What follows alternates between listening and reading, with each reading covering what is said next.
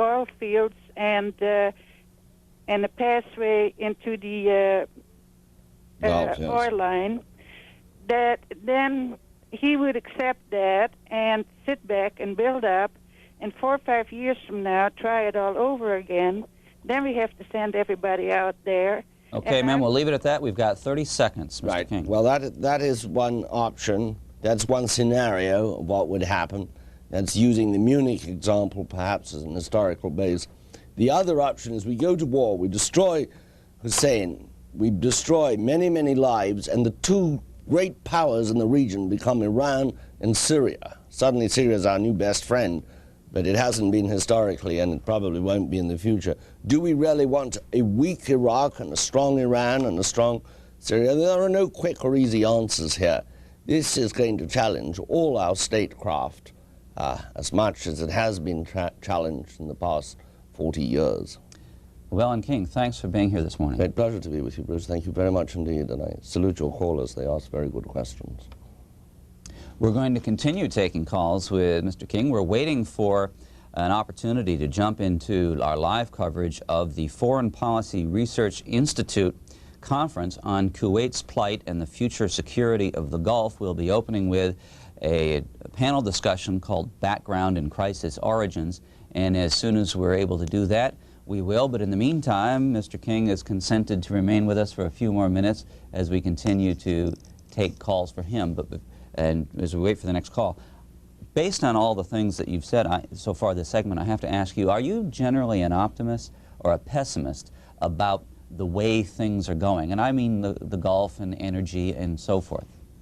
I'm a very hard question to answer, Bruce. Some days I feel that human wisdom will prevail and we will do well, and some days I feel that there's a terrible calamitous inevitability about it. It depends on what I hear that's coming out of the Middle East. And none of us is prey to what our intelligence is telling us, except the President himself. My own deep hope is that the President will talk a little less and study a little harder and be convinced in his own mind, as our Commander-in-Chief must, of the correctness of his actions, and then explain them coherently and credibly to us. It is a function of our country that we do not attack the President on foreign policy issues. Our hearts and our minds are with him on foreign policy issues. But Mr. Bush has so far caused us to have some doubts about his own vision of where this goes. Yes, I'm an optimist because I think that there are other interests in the world that will affect our policy making constructively.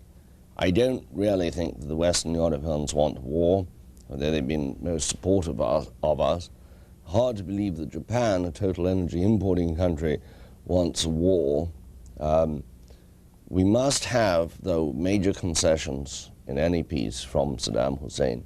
He must withdraw from Kuwait. Then there is the issue of an outlet, which one caller mentioned, to the Gulf, and an ocean outlet, which when the British created Kuwait, they denied to him because as a maritime power. They weren't denied to his predecessors because as a maritime power, the British had some very strong views about who had ports where. And remember that that part of Arabia was really chopped up by the British, as other parts were chopped up by the French and the British with the Sykes-Picot lines, etc. It seems to me quite reasonable, quite equitable, that Saddam should have an outlet to the Gulf, that it would be good for Arabia. You've also got to remember, although we are highly indignant about the invasion of Kuwait, the Kuwaiti government was less than stellar. We are not looking at the snuffing out of some great democracy. We're looking at a very spoiled, corrupt family that ran a country as its personal property. And it would seem to me quite reasonable to have an international conference after a withdrawal from Kuwait, from the principal areas of Kuwait, like Kuwait City, to have an international conference in which we played a secondary role to make decisions on on the contested oil field and on the islands. Keeping in mind that we may have to interrupt this, we'll take another call from Miami, Florida. Go ahead, please. Isn't it true that Saddam Hussein has a large biological weapons Tell you what, production? caller, I'm afraid that I was a little too prescient and we really don't have time. Thanks again, Mr. King. Thank you very much. Appreciate your time. And now we join the Foreign Policy Research Institute discussion on Kuwait's plight and the future security of the Gulf. The crisis's origins, and we have a panel of 3 participants and a moderator, and the moderator is Sheikh Abbas Abdullah. He was educated here in the United States, receiving his undergraduate and master's and PhD from Indiana University. He received his doctorate in 1973. He returned to Kuwait, where he pursued a career of distinguished scholarship and found time therein while pursuing that career to participate in a number of public enterprises in Kuwait and to take on assignments for his government. He became the Dean of Students of Kuwait University in 1976 and held that position until 1980. He then became the cultural counselor of the Embassy of Kuwait here in Washington from 1980 to 1987. From 1987 till 89, he was a visiting scholar at the School of Advanced International Studies at Johns Hopkins here in Washington. And in July 1990, he was named the chairman of the Department of Political Science at Kuwait University. He will moderate this panel, Sheikh Abbas Abdullah.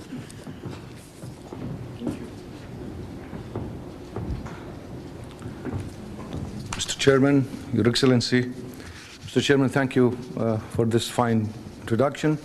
My name is Sheikh Abbas Abdullah, and if I became the chairman of Political Science Department, it was not consummated by the Iraqi invasion. And I would like to thank the Institute for this timely and wonderful topic. But just let me briefly say a comment on what His Excellency has brought up. He mentioned Article 1 of the Constitution of Kuwait, and as a citizen of Kuwait, I would like to emphasize also Article 4 and Article 6, which they jointly emphasize the legitimacy of our constitutional emirate in Kuwait that we all the Kuwaitis have agreed upon many years ago, and that we emphasized in the Congress of the People in Jeddah in October 1990. It gives me an honor here to present our first speaker, Professor Eli Kaddouri, Professor of Politics, Emeritus University of London. Dr. Kaddouri is a fellow of the British Academy and a fellow at the Washington Institute for Near Eastern Studies. Dr. Kaddouri is the founder and the editor of the distinguished journal Middle East Study Association. So, Professor Kaddouri.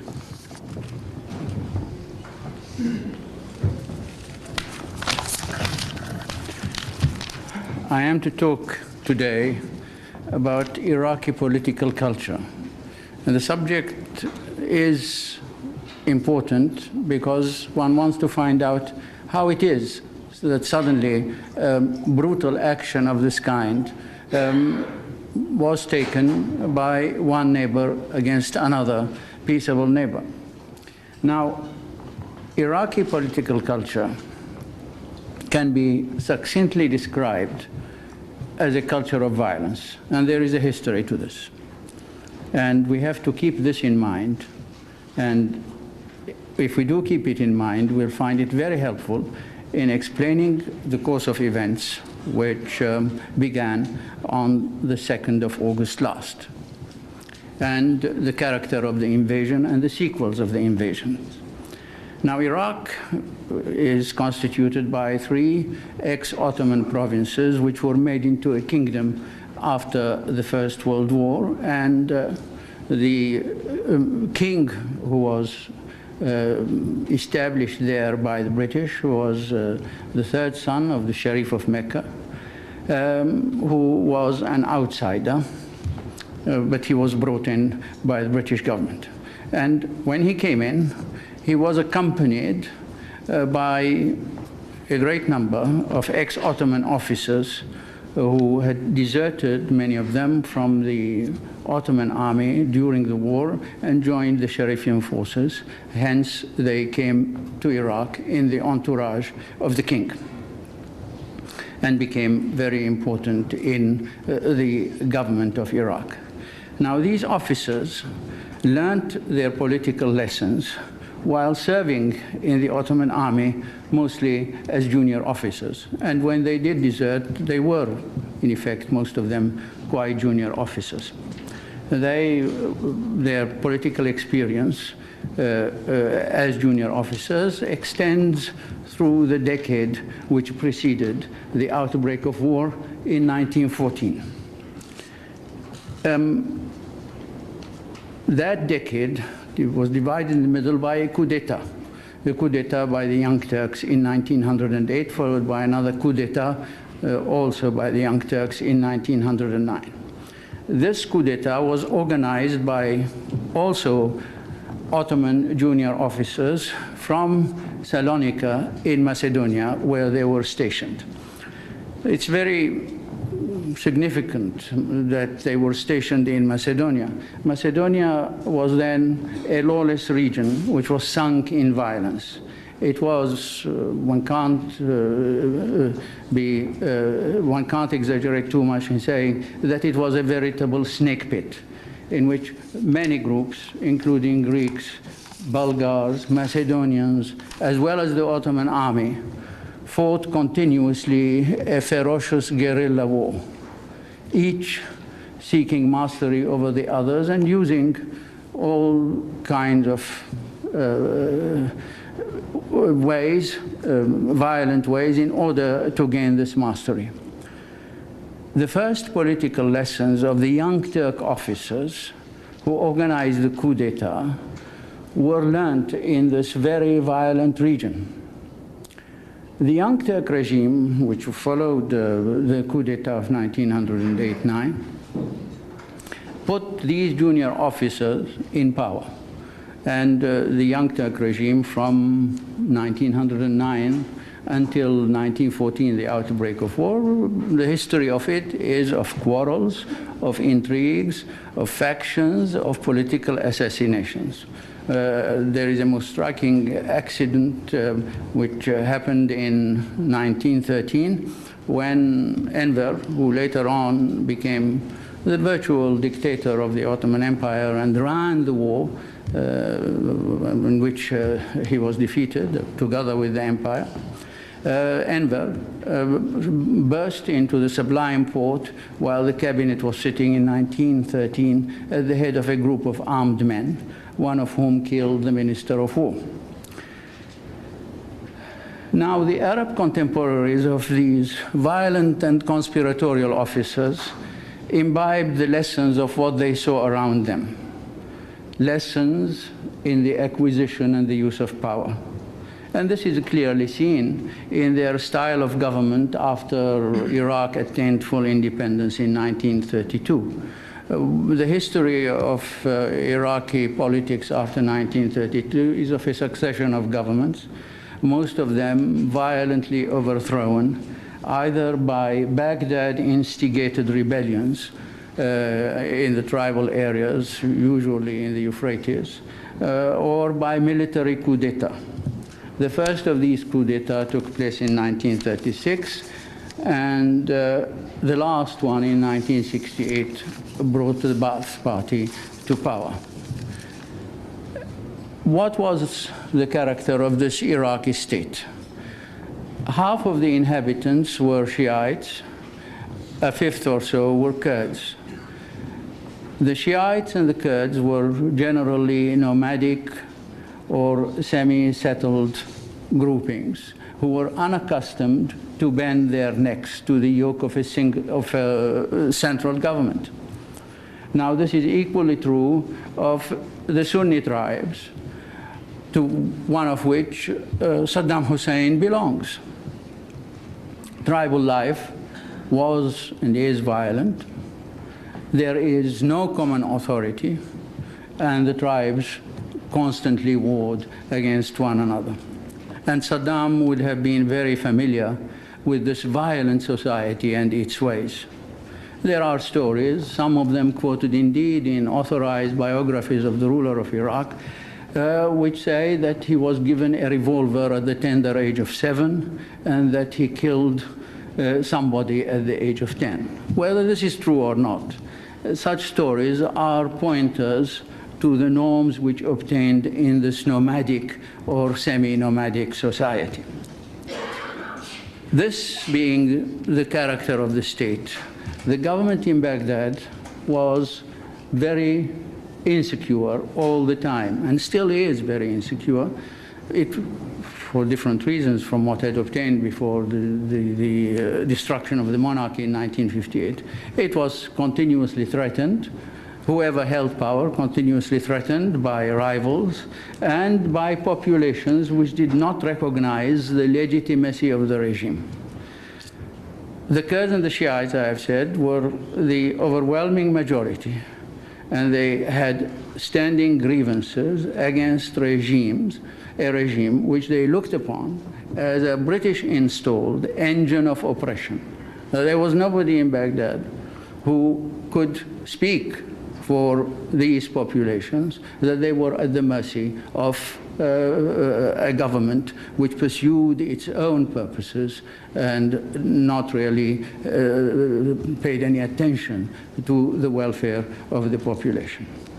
The government was Arab Sunni, and they believed, therefore, that it had to be hostile to them.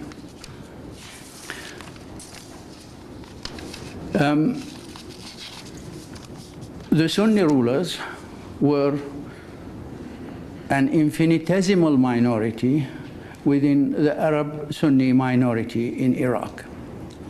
A British observer who wrote at the end of the 1920s said in a private letter that he thought that there were no more than 200 or 300 people who were the actual government, who controlled everything and had all the power in their hands in that kingdom. And these people, moreover, had been virtually unknown before the British installed them in power. They had no position in the country before then, and they were very fearful, continuously fearful of challenges to their legitimacy. The government, therefore, we must conclude, was based on mutual fear and hatred between rulers and ruled. And this gave rise to what might be called trigger happiness. If I do not kill you, you will kill me, therefore I shoot first. There is another element to this violent political culture, and that relates to the ambitions of the Sharifian family. Faisal, who was king, was a Sharifian, belonged to the Sharifian family. His record was that he had been made into, he had been given Damascus by the British in the First World War, and he was proclaimed as a king of Syria in 1920 by his followers. And then he clashed with the French, and the French sent him away. But from the very beginning of his tenure of power in Iraq, Faisal and Iraqi policy, therefore, had an ingrained habit of looking for expansion beyond the frontiers of the kingdom. That Faisal and those who served under him were always looking towards Syria and other Arab countries in order to establish a union. Syria, he had served for a few months as king of Syria, but he always looked for ways in which that brief experience could be repeated.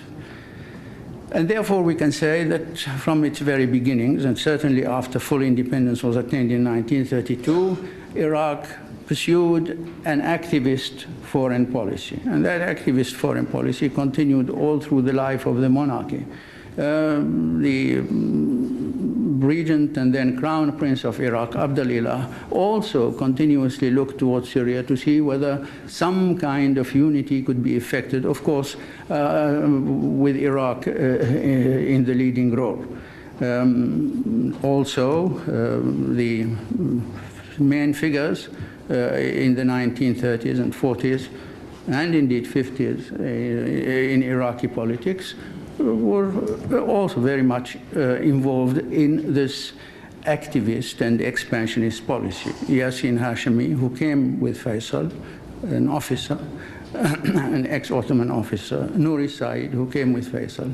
They were all involved in this rather activist, restless activist foreign policy. Syria, they were always trying to gain supporters in Syria, an Iraqi party in Syria. Palestine too, Yassin sent arms and officers to fight in the Palestine rebellion in 1936. And this activist policy continued until the end. And indeed, the activist policy didn't concern only Syria or Palestine, but also concerned Kuwait, where there were attempts, short-lived attempts, once in 1938 and once in 1961, actually to come and invade Kuwait, which were stopped. There's another element in this culture of violence, and that is the ideology of pan-Arabism, which arose in a very serious manner in Baghdad in the 1930s. And what the Iraqi pan-Arabs dreamt of, looked for, was a union of all the Arabs under the aegis of Iraq. Iraq, which, as used to be said in the 1930s, would be the Prussia or the Piedmont of a united Arab state.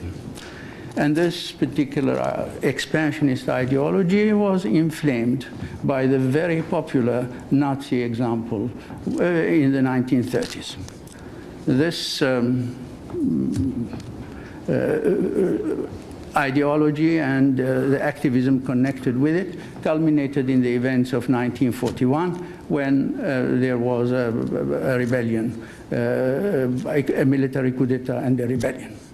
There was, in 1941, on the part of those who carried out the coup d'etat, hope of German help in order to realize Arab unity. This was defeated by the British in short order, and the authors of the coup d'etat were caught and hanged. And you might say that the coup d'etat of 1958, which toppled the monarchy, was a revenge of the officers for the affair of 1941, and that the mutilation of the Crown Prince, the mutilation of the corpse of the Crown Prince in July 1958 was really the symbol of that revenge.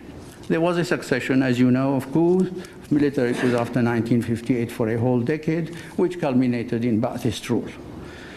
And Ba'athist rule, as we know, affects as a general practice, terrorism against their own people. Terrorism by a very small number of conspirators, both in 1963, when there was a very small interlude of Ba'athist rule, and after 1968, a terrorism which had never been seen before in Iraq.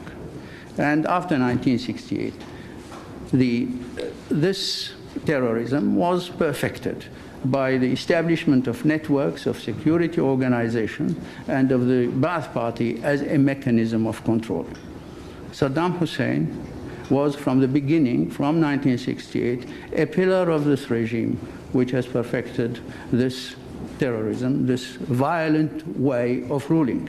And he became its master in 1979. The regime, therefore, was based on violence, and this violence is the culmination of a long tradition. Thank you very much. I'm sorry to have spoken. Thank you, Professor Keduri. Now to Dr. John Anthony.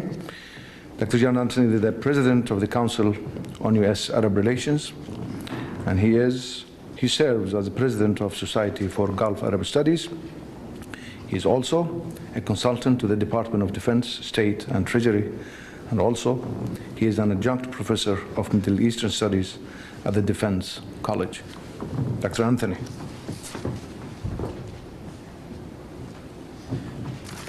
Thank you very much, Dr. Abdullah.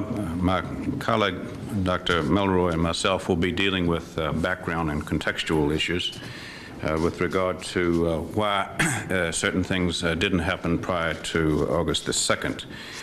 There are many ways to go at this particular analysis. The use of history is essential in this regard because there are claims and counterclaims, there's misinformation and there's disinformation. Also an awareness of the structure of the governments of the protagonist, in particular Iraq, as Professor Kaduri has given us the background and evolution of, is as crucial as a knowledge of history and the nature and orientation of that government's positions, its policies, its actions, and its attitudes on questions of regional and global affairs. It's also in the context of the Iran-Iraq war and the unfinished business there following after the ceasefire and outstanding issues on the table that were being discussed, debated, deliberated, if not also mediated and negotiated. And the preoccupation by Iraq during that decade-long era with Iran and with ingratiating itself to its neighbors to the south, the other Gulf Arab countries, particularly the Gulf Cooperation Council countries, and most especially in that context, Kuwait and Saudi Arabia. It has also to do with the fact that the previous multinational force that came to the region for the reflagging scheme or the ship protection scheme precluded even the remotest thought of such a scenario, as well as the United Nations remaining seized with the dilemmas of this particular conflict throughout that period. Now, of course, many of these were taken off the table prior to August the 2nd, but in terms of understanding the background, the context, and some of the relevant perspectives, one must not lose sight of them, particularly in terms of regional geopolitical realities. In other words, in the earlier claims, let's just say the 1961 claim, or those in the 70s, and those voiced again in the 1980s, were absent the following that are present at the current time. Then, for example, Jordan, a key neighboring state and an additional outlet for Iraq's exports, was not on board. Then, Yemen, a key player on the other side of the Gulf and Peninsula, on the south side of the GCC and Saudi Arabia in particular, and under a different government, was not on board. Then the PLO, despite a growing demographic presence in Kuwait itself and a mounting political significant role in the region beyond Kuwait, was not on board.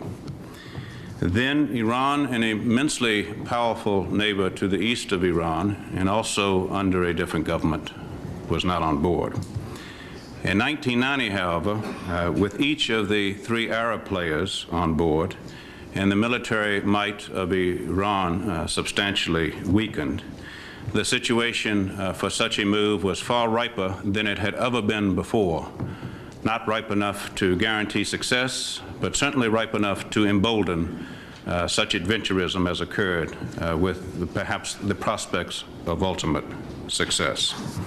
Now, in terms of elaborating on a dimension of what Sheikh Saud, the Kuwaiti ambassador, focused on, having to do with claims and counterclaims, perhaps the most disputed and specious of the claims, leaving aside oil, leaving aside the islands, leaving aside the questions of dividing rich from poor or the question of the legitimacy of various regimes in the area, is the claim that was given as the second rationale for the invasion, aggression, occupation, and annexation of Kuwait, namely that the Kuwaiti polity rightfully, historically, legitimately belonged to Iraq, and the claim being based on historical issues and legal notions and international relations of the 18th and 19th century.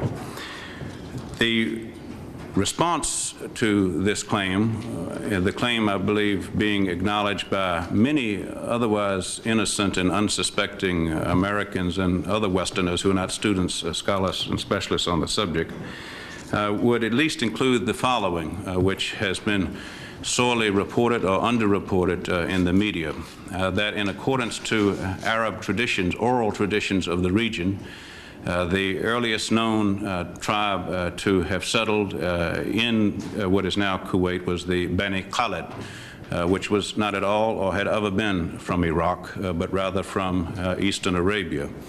And about 250 years ago, the Bani Khalid was displaced by the Utub, which also was not from Iraq, but rather from the northern and central Arabian Peninsula plateaus. And it was of that tribe that the clan of the Al-Sabah belonged and implanted their roots in rule and reign in Kuwait from the 1750s, unbroken until the present time. The Al-Sabah at no time owed allegiance to the Ottoman Empire.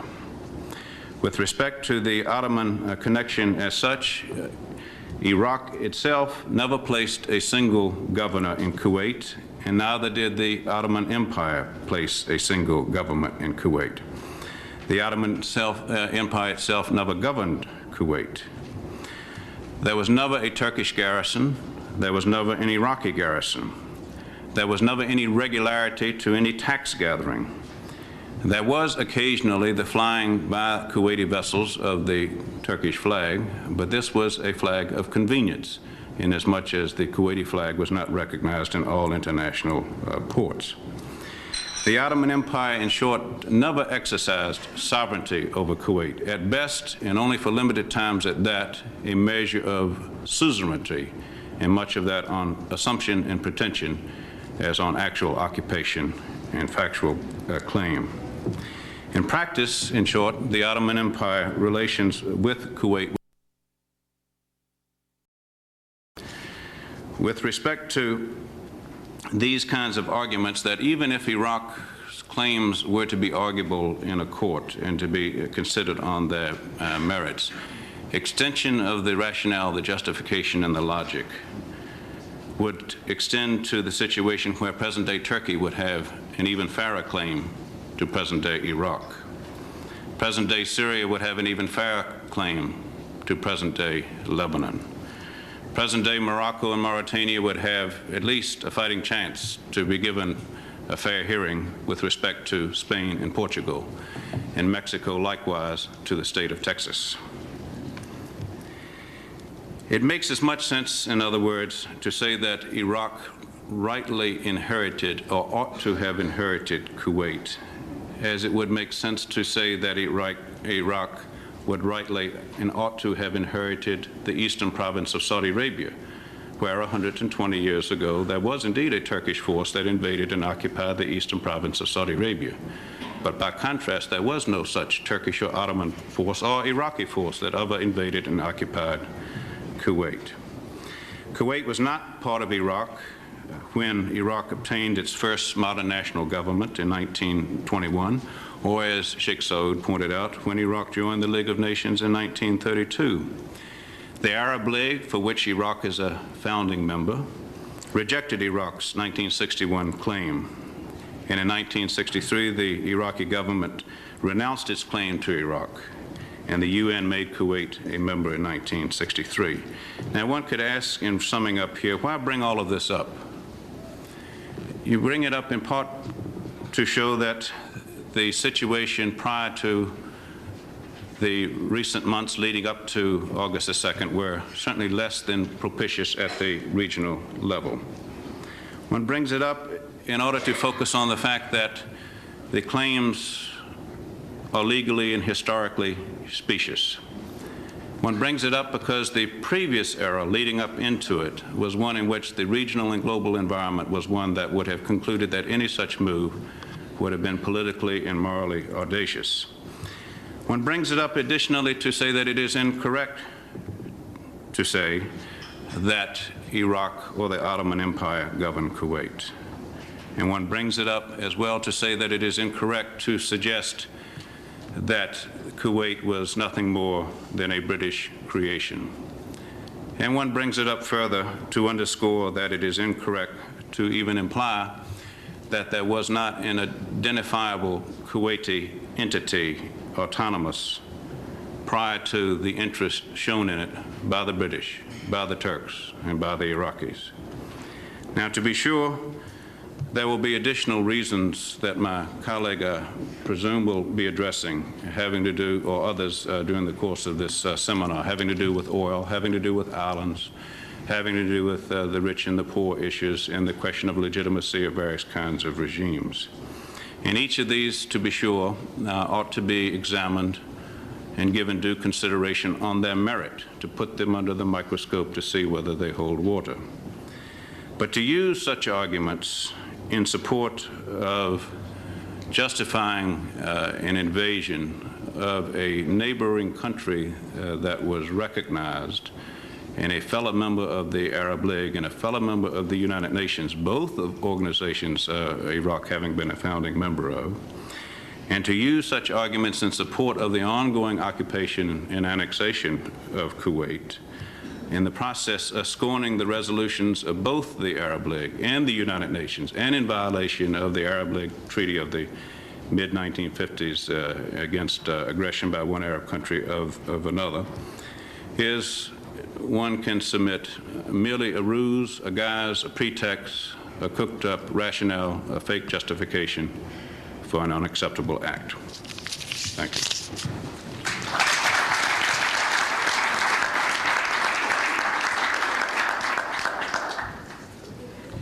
Thank you very much, Professor John Duke Anthony.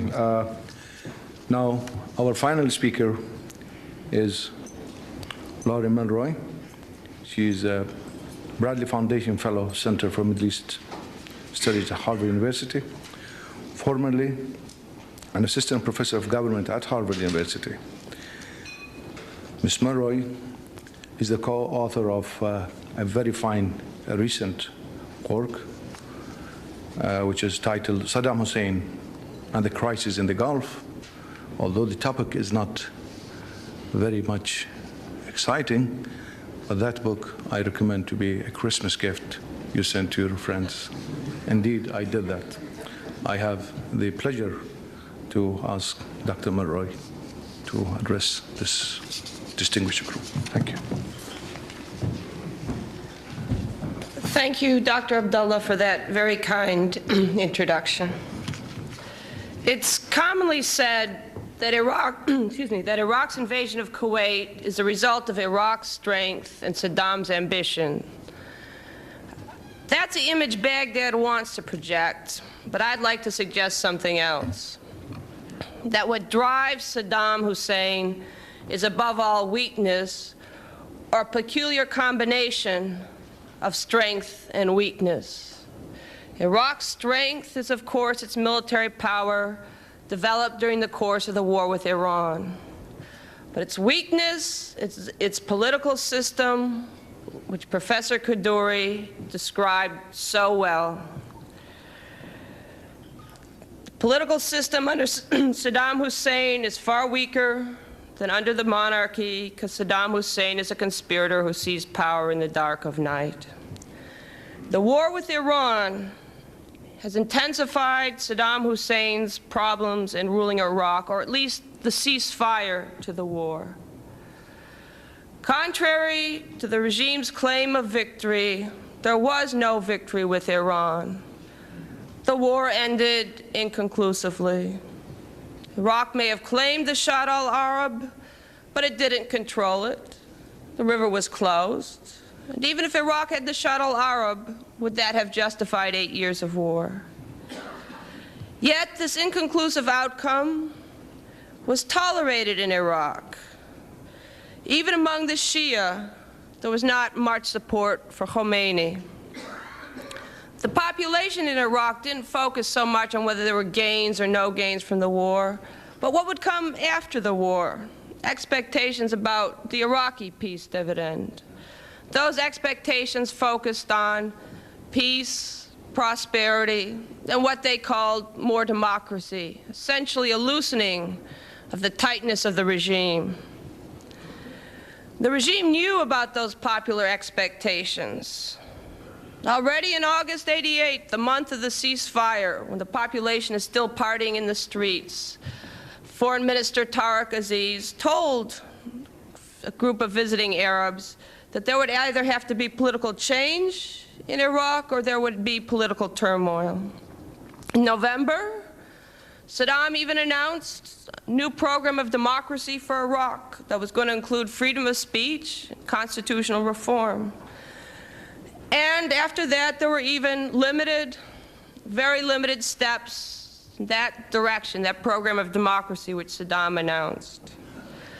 Now, the cynical interpretation of this program of democracy, is that Saddam was simply playing for time. He knew that his political base in Iraq was too narrow to admit even minor political reforms, and he was waiting till such point where he could take other action to resolve his dilemma, namely action against Kuwait. That's a cynical interpretation. The perhaps naive interpretation is that after the ceasefire with Iran, Saddam Hussein stuck his toe in the waters of political reform and didn't like it. In any event, there was no political reform, despite popular expectations and the regime's promises, and that, along with the economic situation that continued to deteriorate, led to the invasion. Now, obviously, plans existed for some time for Iraq's invasion of Kuwait. Maybe the Iraqi army always has had plans in the drawer for invading Kuwait. But when did Saddam Hussein decide to act on those plans? The Egyptians say, soon after Iraq's war with Iran ended, that the February 1989 founding of the Arab Cooperation Council among Egypt, Jordan, Yemen, and Iraq was essentially the first step in this plot. Perhaps, I don't know. Another clue, perhaps more reliable, is provided by Iraq's posture toward Israel. If Saddam Hussein was going to deter Kuwait, going to invade Kuwait, he had to deter Israel. He had to make sure that Israel was not going to act in coordination with the United States in response to his invasion of Kuwait. Contrary to much misinformation, there was no particular hostility between Iraq and Israel at the time of the ceasefire to the Iran-Iraq war. Just an accustomed level of unfriendly rhetoric.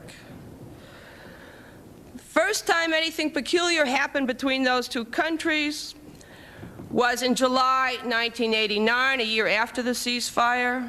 Then Iraq and Jordan jointly conducted reconnaissance flights over the Jordan River Valley aimed at getting targeting information about Israel. The Israelis saw it, they were puzzled by it, didn't know what it meant. They had no good explanation. But in retrospect, was that the first preliminary step in deterring Israel and preparing for the invasion of Kuwait? Khomeini had died the month before, June '89, and Khomeini, God rest his soul, was a man of principle. It's far less likely that he would have made the same deal that his successors did, that is to keep the border quiet in the east so that Iraq could swallow Kuwait. Did Khomeini's death facilitate Saddam's plans by offering hope of a stable frontier? Iraq's economic situation deteriorated in the period after the ceasefire steadily. By early 1990, Iraq wasn't even repaying its military debt, and France cut off arms supplies to Iraq because of non-payment. But the crucial event in precipitating the invasion of Kuwait seems to have been the collapse of the Eastern European governments, particularly the fall of Ceausescu just about a year ago.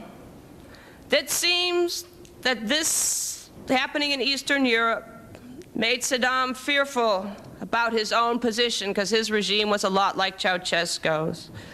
And he began to implement plans aimed at extorting huge sums of money from Kuwait. If Kuwait was not going to pay it, then he intended to take the country and its wealth. February 1990, at the Arab Cooperation Council summit in Jordan, Saddam warned the other Arab leaders there that he wasn't interested in having Iraq's wartime loans forgiven.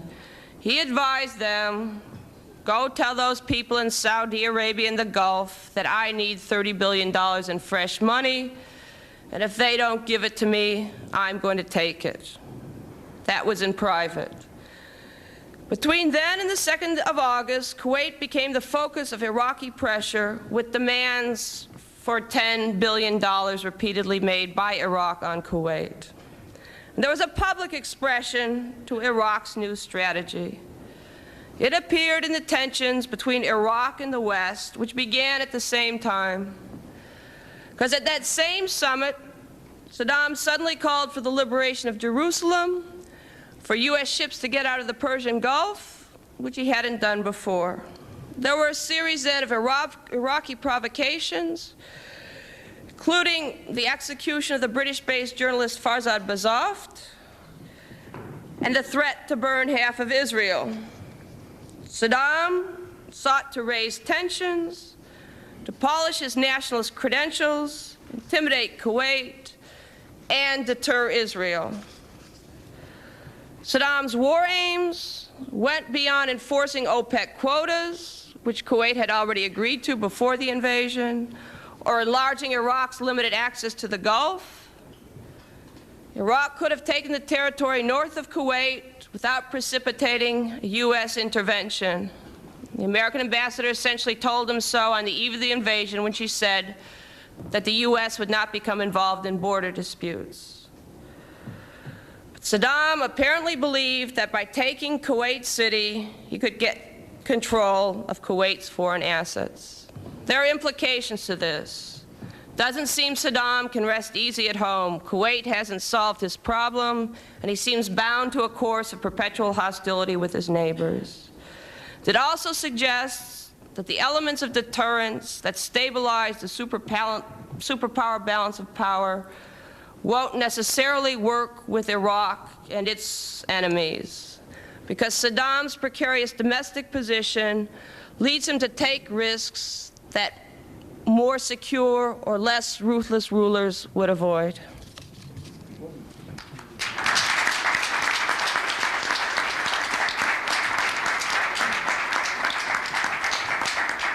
You were immensely enjoying this talk, and I hate to be the bad guy, so I think we have time for a couple of questions. Wonderful.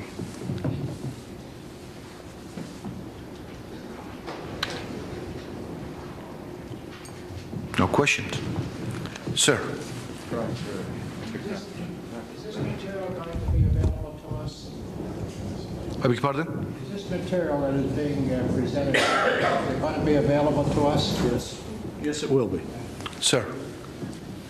I commend the Institute for an extraordinary panel. I think you have done much to illuminate some of the background to this saga that is very much in need of display before the American people.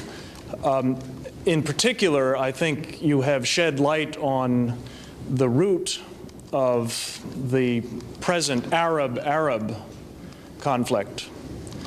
And I would like each of the panelists, if they could briefly, including the ambassador, if he would, to address one of the vexing questions to those of us who advocate action against Saddam Hussein in light of this background, which is that if the United States, either alone or in partnership with such allies as we have in the Gulf, were to strike at Saddam Hussein for the purposes of ending the reign of terror in Iraq and the threat of future aggression in the Gulf, this would precipitate a very dangerous and adverse reaction among Arabs to the United States. Could you address this point, please?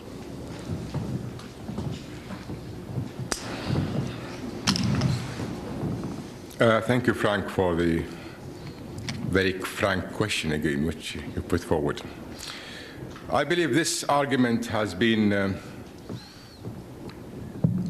a center for the Iraqi propaganda, which they have tried repeatedly to say that such an action would create hatred or some kind of violence between the Arabs and the United States and will be foreseen as a U.S.-Arab kind of war. I know this argument has been advocated by them and by some of their agents in this country also, which I do not see personally this as a credible kind of argument, because we have a coalition of 28 nations, including Arab nations and Islamic nations, in line together with the Western Alliance. We have also nations who are not part of this coalition, or Islamic or Arab or Western Alliance. We have from South America, we have Czechoslovakia and other nations. So this baseless argument has been devised by the Iraqis in order to deter any kind of action. As far as we're concerned, the war started on the 2nd of August, and we have called upon our friends and allies around the world to deter this aggression and to reverse this aggression. It's an inherent right under Article 51 of the Charter of the United Nations.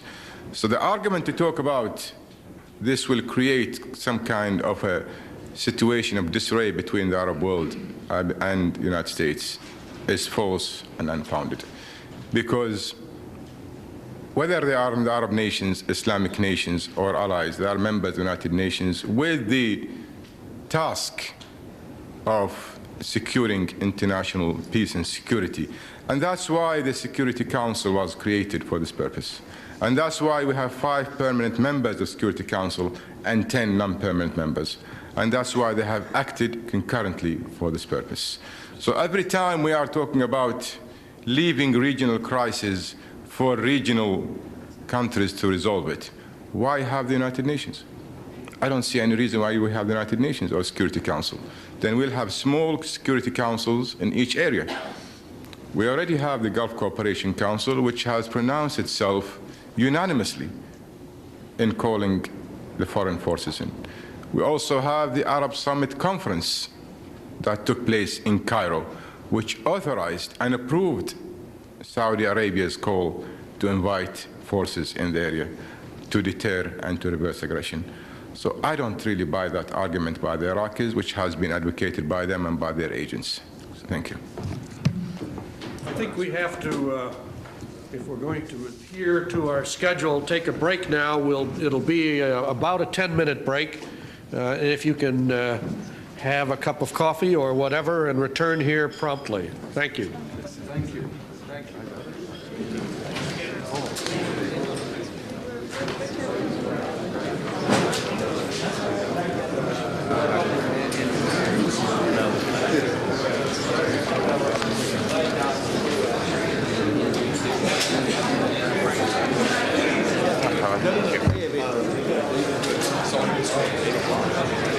Yellow pasty on my chest saying that Wilson Van Horst has.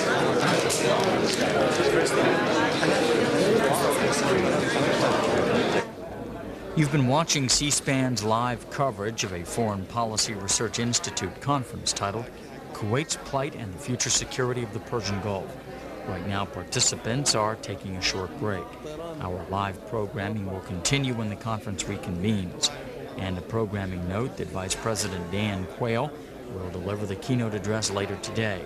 And C-SPAN will be live with his remarks starting at about 1:30 p.m. Eastern Time. That's 10:30 a.m. Pacific.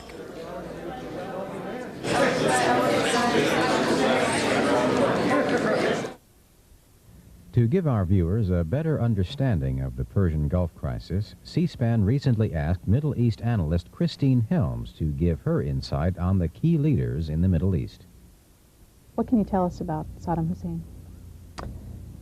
He's a man who, well, he's 53 years old now. He was born in a more rural area north of Baghdad. He went to Baghdad, studied in high school, took part in an assassination attempt against Abdul Karim Qasim, who was known as the sole leader, who was a military dictator. The assassination attempt failed. Saddam escaped across the desert to Syria and eventually to Egypt, where he spent several years. He returned, having studied law, to Iraq, was arrested, spent several years in prison. During the time he was in prison, he remained active in politics, was elected to the national command of the Ba'ath Party, which is an Arab nationalist party. Escaped from jail in 1966, went into hiding for several years, and in 1968, when the Ba'ath Party took control of the government, arose and began to occupy a number of party positions concerning everything from diversifying arms purchases to dealing with farmers. He had a particular interest in farmers' rights, salination of soil, water resources. Eventually, of course, was an assistant to Bakr and took over the government in 1979 himself. There is a sheikh who was in power in Kuwait prior to the Iraqis' arrival. Can you tell us about him? Well, again, I don't know much about him as an individual, but what we can say is that this is a sheikhdom, as I described, an old family that has been there for centuries, was given protection by the British in the post-World War I period in a unique situation. They were the only protectorate given by the British in this mandated period of time. It was important for them to have it even then because the Iraqi Kuwaiti connection, shall we say, was very close. In the Ottoman Empire, before it dissolved, Kuwait was ruled by the Ottoman administrators in Basra. In fact, Kuwait at that time imported most of their fresh water by Dow to Kuwait because they had no fresh water, very few wells in the desert. And until they created desalination plants in the 50s and 60s, they were still dependent on Iraq for fresh water. And you would see the converse. You saw that many Kuwaiti sheikhs owned plantations, date palm plantations in Basra and southern Iraq, and there were a lot of economic trading ties between these two areas. Basically, because of this paucity of resources, very little water, of course, for that reason they import agricultural products, but tremendous oil. The Kuwaitis became an oil wealthy nation, and in subsequent years have diverted a lot of their oil wealth into investments. And it's believed they now make more money through investments than they actually do through their oil revenues. The Saudis have always played a much more conservative role in the Middle East. They have preferred not to provoke, not to be confrontational, to play a more behind-the-scenes role. They have been more active in recent years in hoping to resolve disputes. For example, their encouragement in rallying the Arabs to deal with Lebanon is perhaps the best example that I might mention most recently. How old is King Fahd? Is he up in years? I don't really think he's very old. I think one has an image of him being old simply because he's been sick and ill. And the last two times that he's canceled his visit here to the States was precisely because people assumed that, in fact, it was stated, I believe, by the Saudi government itself that, you know, he was too ill to make the trip. But I don't believe he's that old. I would say, I think in his late 60s. And the two countries I want to go to next. Let's start with Jordan and King Hussein, who is a familiar figure here in the United States. Well, his family is perhaps one of the holiest, if I can use that term, families in the Middle East. His relatives were the families entrusted with the keeping of the Haramain, the two holy cities of Mecca and Medina. Of all families, he can probably claim the heritage to being the closest to the Prophet's family. His family has had a long and distinguished history, played a role throughout the last several centuries, many important political roles with the British themselves. And as we know, during this century, he has become one of the longest reigning monarchs. He's has been renowned for keeping an open mind, for listening to all parties, for trying to use patience and a clear head to get through to the end. I think he's a man who right now is incredibly tired and frustrated, not over dealing with the Israeli problem, but the Iran-Iraq war. And certainly we've seen evidence of his frustration in very recent days. President Hosni Mubarak in Egypt. Well, this is the one country where one can say, yes, the military took over, and, you know, mainly they have had military leaders in the guise of civilians ever since. They do have a parliament, but it is a highly controlled political government, just like the others. It's a country that has been the most open to the West, and if you travel to Egypt, you will see nightclubs and bars and restaurants, and it's a very active city till the early hours of the morning. They have depended increasingly upon U.S. subsidies and foreign aid in recent years. They have very serious economic problems and are facing a population growth rate of 1 million people being added to their country every 8 months. So that, and they probably will become an energy importer within the next 2 or 3 years, not an energy exporter. And there is some talk, too, that they may have serious water problems, not even be able to supply the city of Cairo within the next year or two. Syria. Syria is the ultimate example right now of a military regime. It is run by Hafez al-Assad. It is a Ba'ath party, but unlike the Ba'ath party in Iraq, which is civilian in orientation, the Ba'ath party in Syria is controlled by the Alawites, who are military officers, or by, I should say, military officers who happen to be Alawite. And once again, we see serious economic problems in Syria with water and electricity being cut off, sometimes for as much as 14 hours a day. The oil from Iraq through Syria was stopped in the early 80s. Syria has been dependent upon oil shipments from Iran. They have been diverted by the problems in Lebanon, and they have a large element of their army stationed in Lebanon now. So once again, we see many problems for the future here with this country.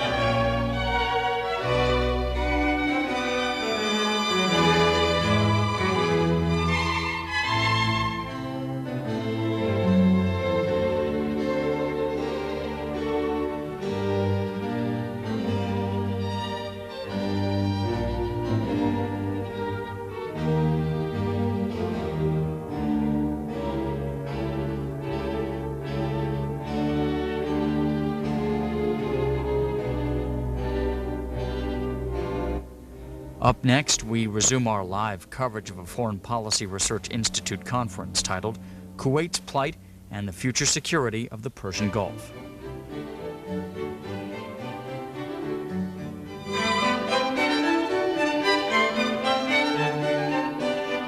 The panel ahead is titled Kuwait's Plight, Occupation, Resistance, and Exile. The discussion is moderated by Hassan al-Ibrahim from Citizens for a Free Kuwait. Also taking part are Andrew Whitley of the Middle East Watch, Patrick Clausen from the Foreign Policy Research Institute, and Anthony Cordesman, who's with the Office of Republican Senator John McCain of Arizona. Once again, later today, Vice President Dan Quayle will deliver the keynote address to the conference, and C-SPAN will carry his comments live at 1:30 p.m. Eastern Time, 10:30 a.m. Pacific.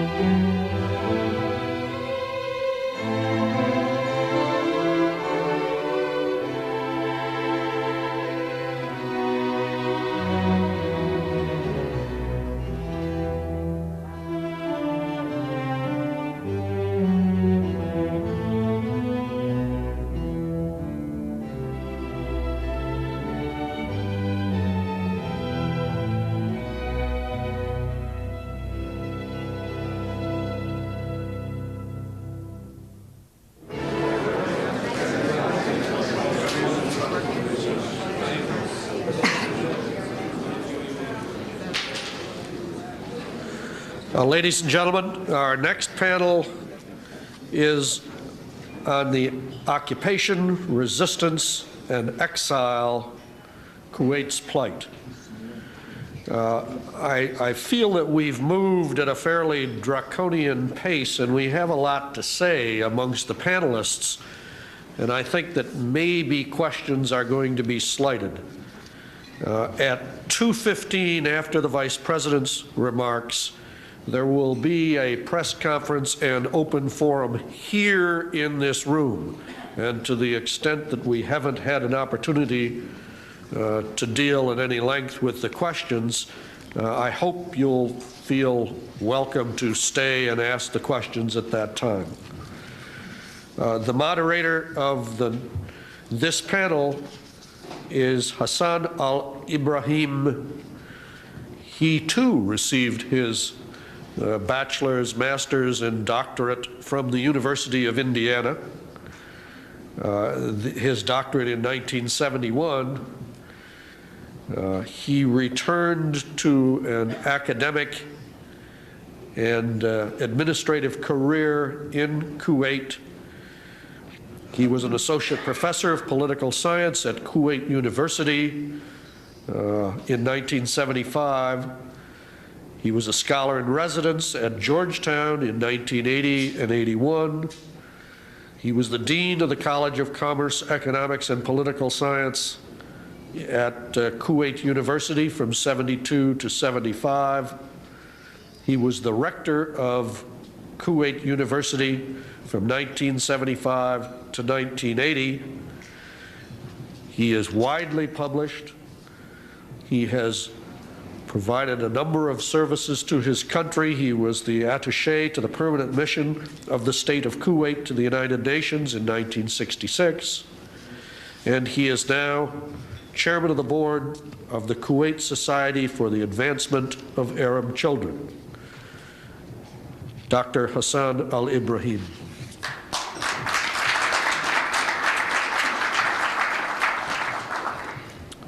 Well, welcome to the second session. I was asked to be ruthless as far as the time is concerned. We have to finish this session at 11:15. If there is any other questions, of course, as Mr. Christie mentioned, we will have enough time after the speech of the Vice President. In the first session, I calculated the minutes that my colleague, Dr. Abdullah, wasted in coming here to the podium and introducing the speakers. So it was about 8 minutes. I'm going to cut that. So our speakers today, Mr. Andrew Whitley, Executive Director, Middle East Watch, and his topic is the human right catastrophe. I have a name in my list for Samira Al-Khayyat, which I don't see her on the table here. So I assume that she is not here. And then we have Samira Al-Khayyat is eyewitness, and her topic will be what I saw. Mr. Patrick Clausen, editor of Orbs, and his topic will be putting Kuwait back together. Mr. Anthony Kozman, a legislative assistant to Senator McCain, and his topic will be what war will mean to Kuwait. So allow me to introduce Mr. Andrew Whitley.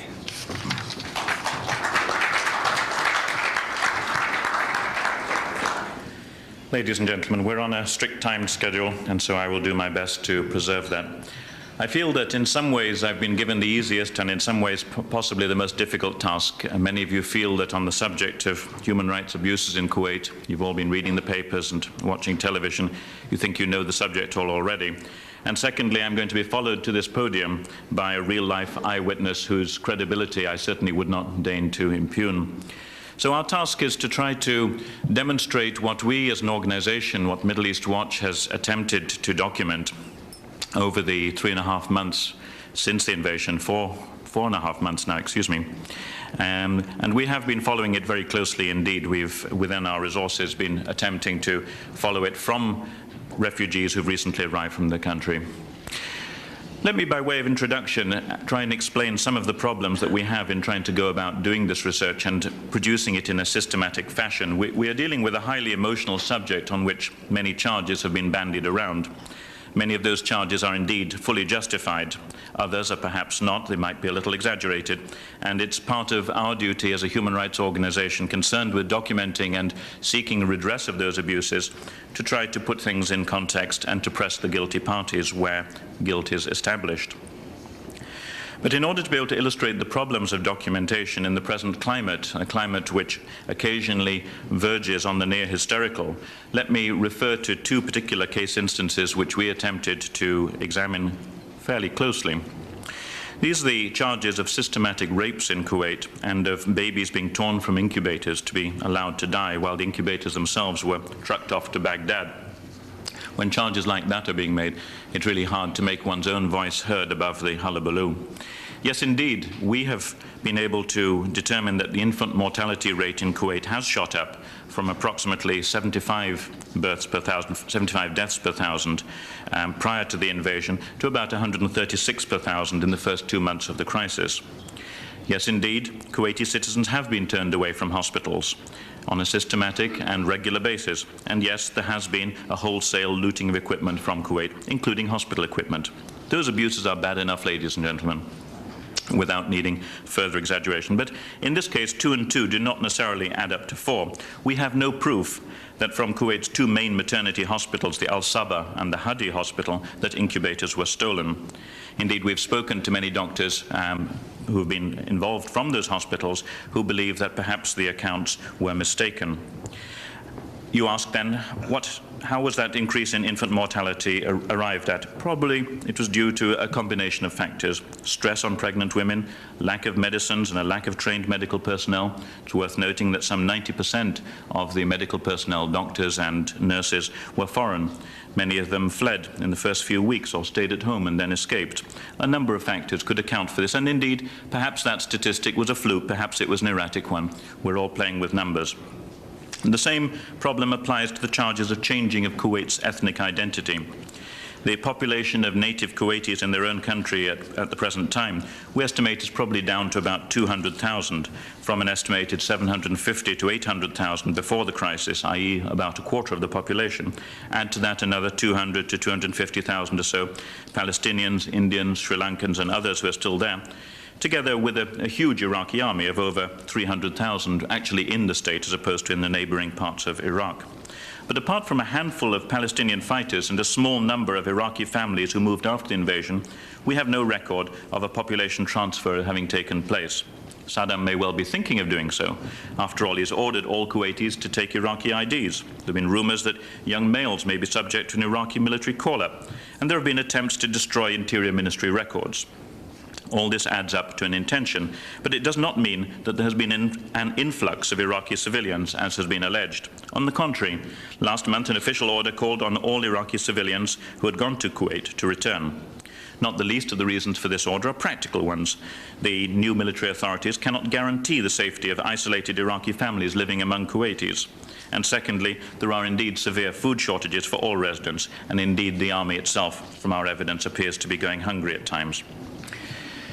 There were many people, ladies and gentlemen, including many shocked fellow Arabs, who were dismayed by the charges about the behavior of the Iraqi government.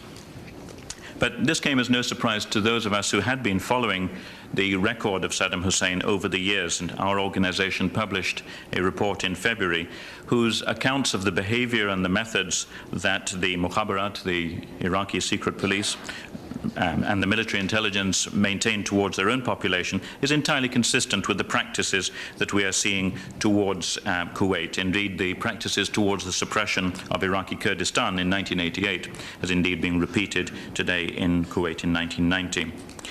Let me very briefly tell you, before you charge me with not having examined certain issues, what issues we regard as being outside our mandate. Middle East Watch is a strictly apolitical organization, and it takes no position on the issues of Iraq's claim to Kuwait, just as it does on the position of Israel's occupation of the West Bank and the Gaza Strip. We stay out of those matters. The basis of our interventions are primarily, but not exclusively, international humanitarian and human rights law. These are the International Covenant on Civil and Political rights, the Geneva Conventions, and the UN Human Rights Declaration. We examine a country's own constitution, its legal code, and its internationally treaty obligations.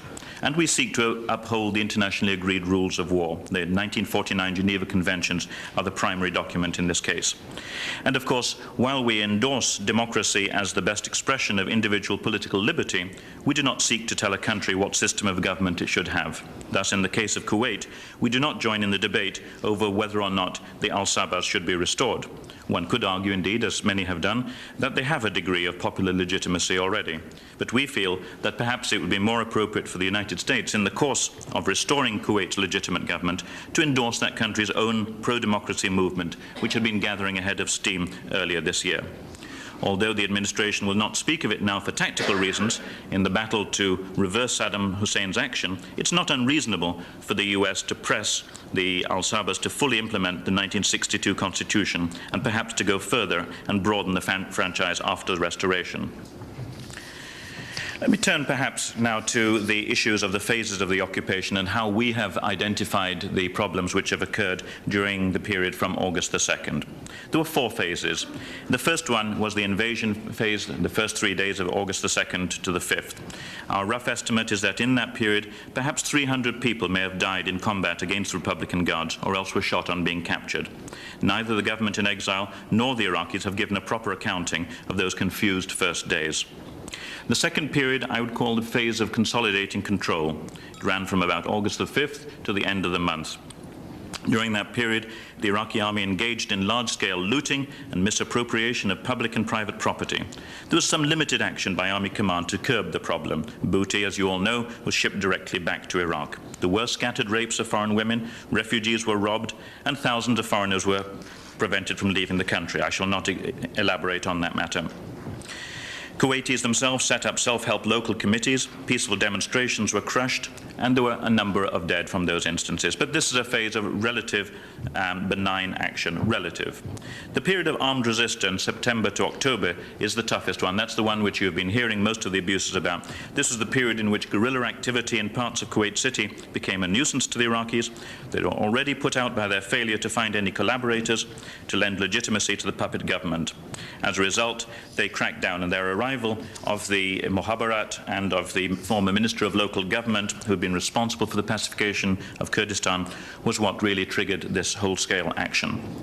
During this period, I shall not elaborate on the disputes, on the abuses. You're well aware of them all. There were perhaps scores, indeed hundreds, of arbitrary executions. We believe that a realistic figure of the arbitrary executions might be 600 to 700. In itself, that is a dreadful figure.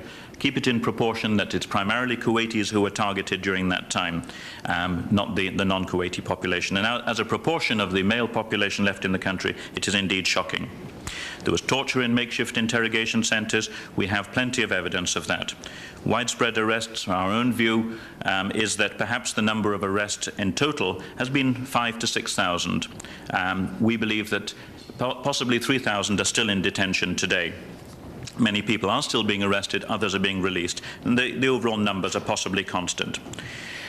My time is running short, and I shall not run through all the details of the punishments that have been taken place. Now, I'll come to a close by saying that in the latest period, from November onwards, there have been sporadic attempts by the Iraqi military authorities to curb the freelance abuses by soldiers. There's been a decline in the number of executions. We believe that they are still taking place, but on a less regular and a less systematic basis than before. There certainly has been no attempt to improve access to detainees. The hospitals and the university have now been taken over completely by Iraqis. And in conclusion, I would like to say that whereas many have said that the international order is at stake over this act of naked aggression, and indeed Saddam Hussein should not be allowed to get away with that, equally at stake is respect for international law. And I believe that the basis for the new world order, which we all strive for in this new era, should also be based on prescribing the respect by Saddam Hussein and his regime for those international conventions. Thank you, ladies and gentlemen.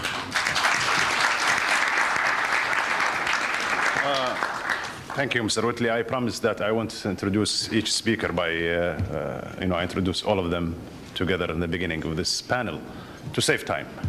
But I would like to bring to the attention of Mr. Whitley that the Kuwaiti People Congress on the 13th and 15th of October was totally committed, the Kuwaiti government, the ruling family, and the people of Kuwait, to the 1962 Constitution. There is no need for any pressure from the US or any other countries. Kuwait is a democratic country, and we are totally committed to that Constitution. Samira Al-Hayat, please.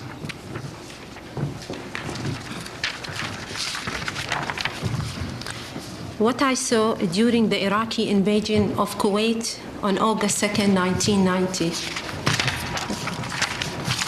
When I was in Kuwait during the first 6 weeks of the invasion, we used. Thank you. When I was in Kuwait during the first 6 weeks of the invasion, we used to live in pain and fear of the Iraqis' brutality and aggression. Join me for a few minutes in remembering some of those nightmare stories which I experienced during that period. The first day of the invasion, on August 2nd, Iraqi soldiers were shooting randomly at anyone in the streets. Hundreds of people were killed and wounded. I saw people leaving their cars in the middle of the road and running for their lives while the Iraqis stole their cars. One of my relatives was shot on the head and was left to death in front of his house. He had stormed out to investigate what was happening.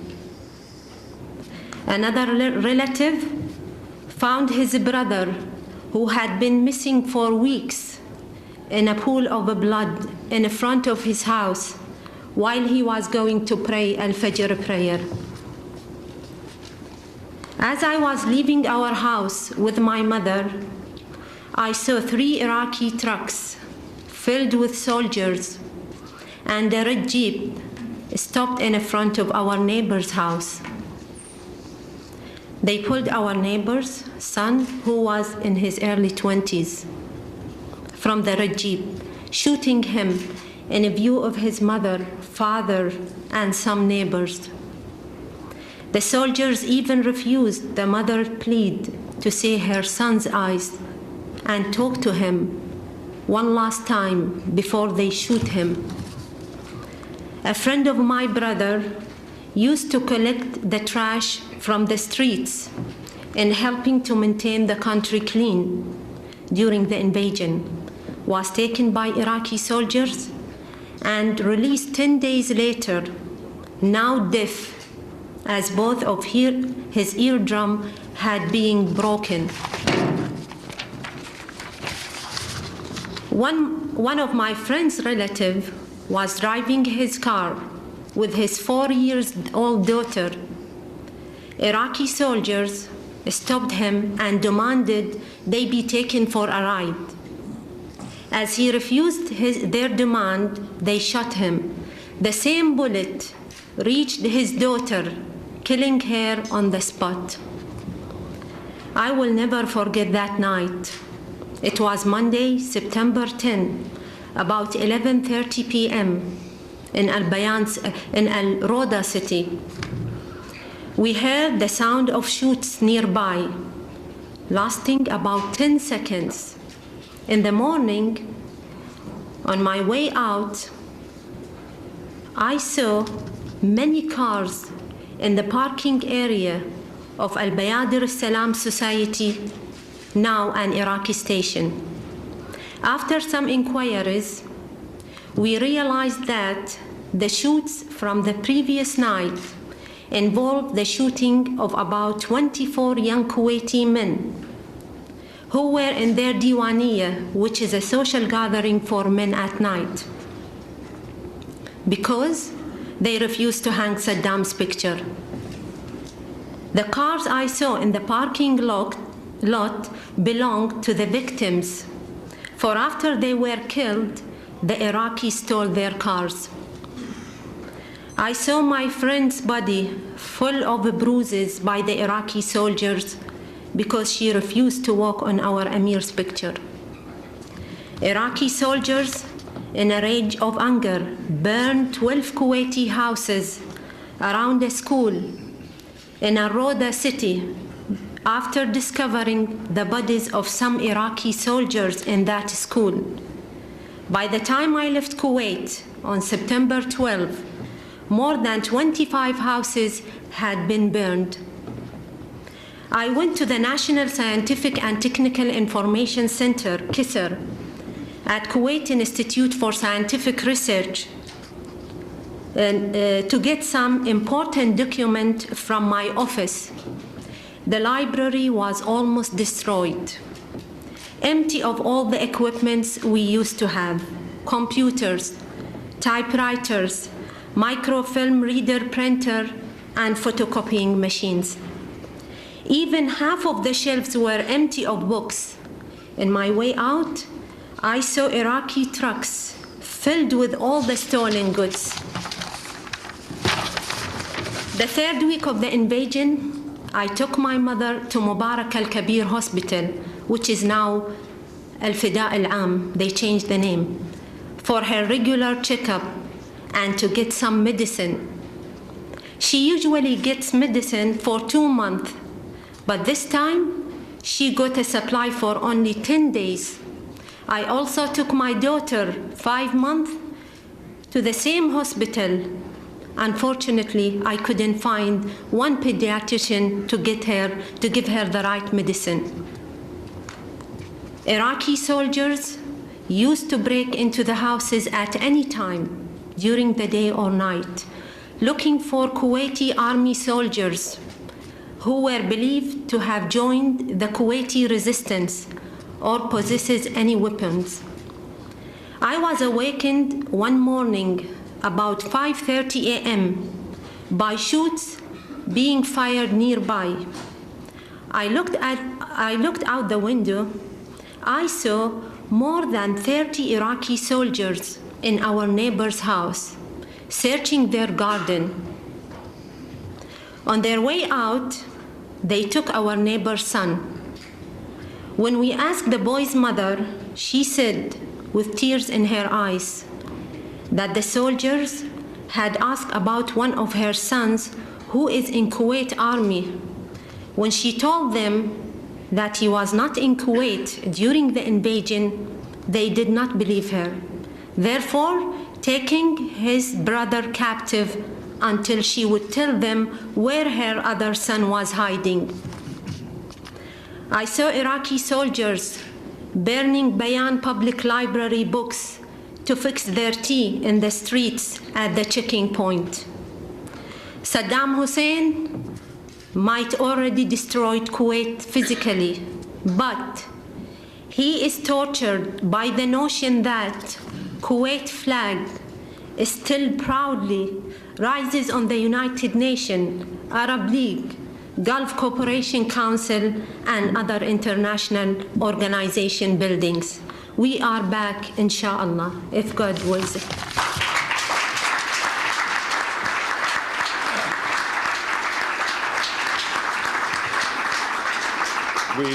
We definitely will be back, Samira, I assure you of that. Allow me just to read a paragraph of a fax that I received this morning from a recently released British hostage. He said his personal experience was of the execution of 2 teenagers, which took place almost opposite of the house in which I was hiding. I heard the 2 shots and the screams of the family, who had been forced to witness the shooting. I learned later that one of the boys had had a letter in his pocket addressed to President Bush asking him to free Kuwait. I then saw 2 men dressed in a dishdasha leaving the area carrying automatic handguns.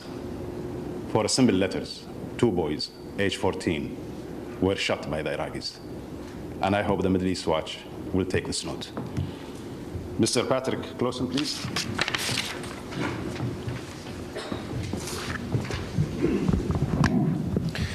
The incredible destruction wrought by the Iraqi occupation surely must make living in Kuwait less attractive. Furthermore, many Kuwaitis could easily live abroad. They have enough money. They often have sizable personal investments abroad. Indeed, some observers expected that Kuwait would become the first country in exile, with its citizens and its assets both divorced from the physical territory of Kuwait. Frankly, I had assumed that many well-to-do Kuwaitis would settle into an exile existence, much as did the 500,000 Iranians who fled from the Islamic Revolution.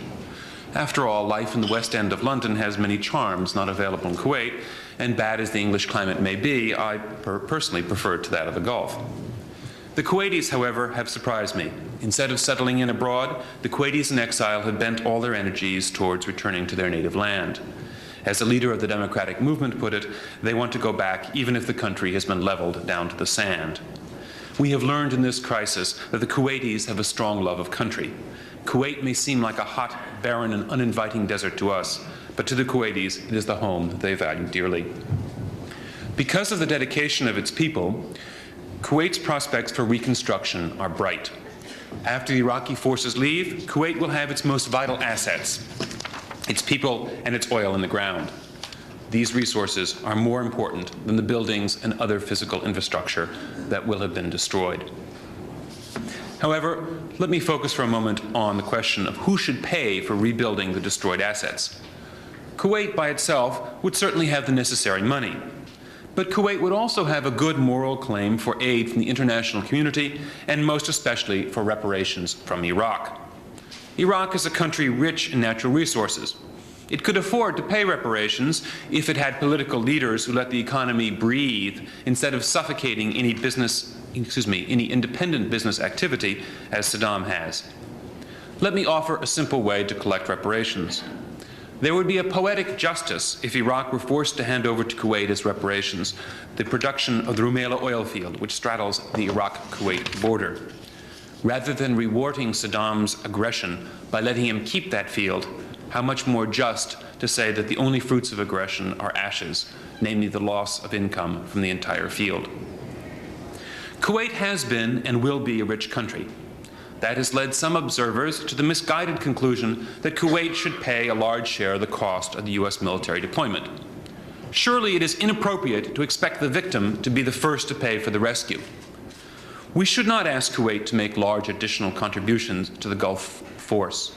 Instead, we should address ourselves to the aggressor, that is Saddam, and to those who have made a windfall gain off the events. The largest windfalls have been for Saudi Arabia and for Abu Dhabi.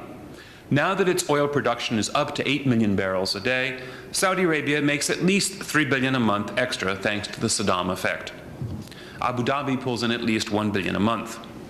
The Saudis have lived up to their responsibilities. They have actually pledged to date more in contributions than they have collected in windfall.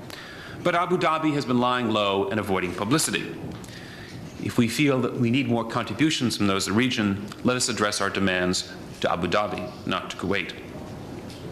Much of the windfall for Saudi Arabia and Abu Dhabi have come from ignoring the old OPEC quotas. Those quotas are pernicious politically and economically.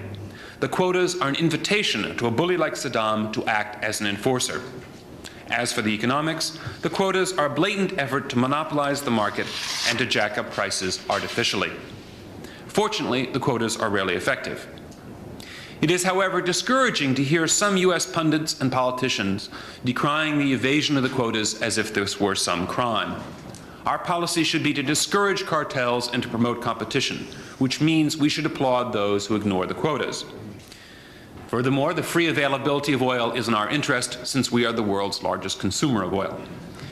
The United States should therefore loudly applaud the announcement of the Kuwaiti government in exile that it will not be bound by any future quotas, and we should urge all OPEC members to join in that policy. Besides restoring OPEC quotas, another misguided idea for the post-crisis world, which unfortunately gets some support in the U.S., is talk about redistributing wealth in the Arab world. The United States should strongly criticize calls for wealth redistribution.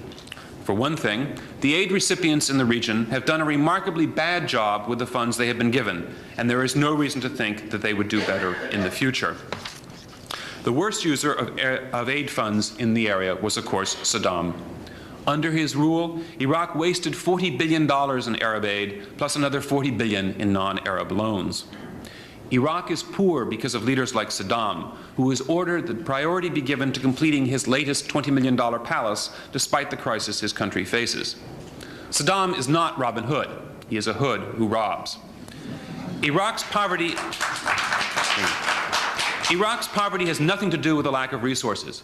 Iraq has the second largest oil reserves in the world, which have been developed slowly only because of Ba'athist stubborn opposition to working with international oil companies.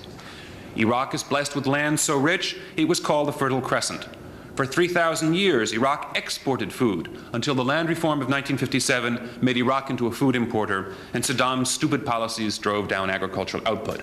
Iraq grows less food today than it did in 1957, a record more catastrophic than any country except 2 or 3 in Africa.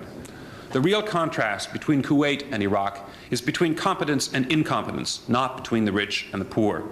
Kuwait should reject as offensive any calls to subsidize Iraqi mismanagement. Post-crisis Kuwait will face 2 major internal problems about which the United States should make its opinion known, though of course the solution is up to the Kuwaitis. The first issue is the role of foreigners. Kuwait's strategy was to rely permanently on foreign labor without offering those laborers any prospect of becoming citizens. This policy has proven to be inappropriate because it weakens the social fabric and alienates the countries from which the immigrants come. The United States should not be shy about deploring the failure to offer citizenship to long-term residents. Those who are born and raised in a country where they then work all their lives should have the rights and responsibilities of citizens. Kuwaitis should not be surprised that Palestinians reject the responsibilities of citizenship when they are not offered the corresponding rights.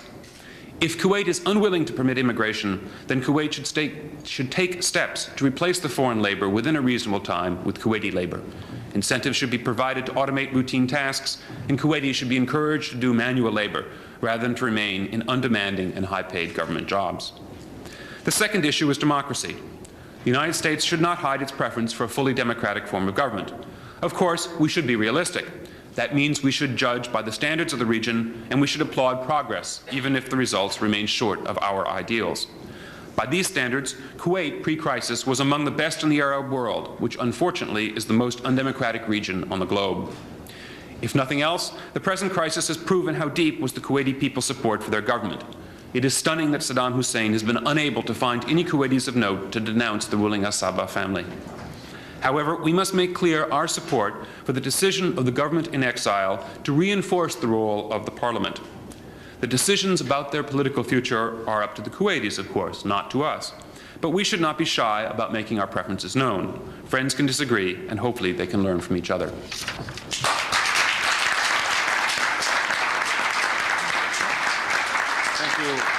Thank you, Mr. Clausen. Iraq is indeed a very rich country. During the Abbasid dynasty, Iraq was feeding 30 million people, and now is unable to feed 17 million. Mr. Anthony Korsman.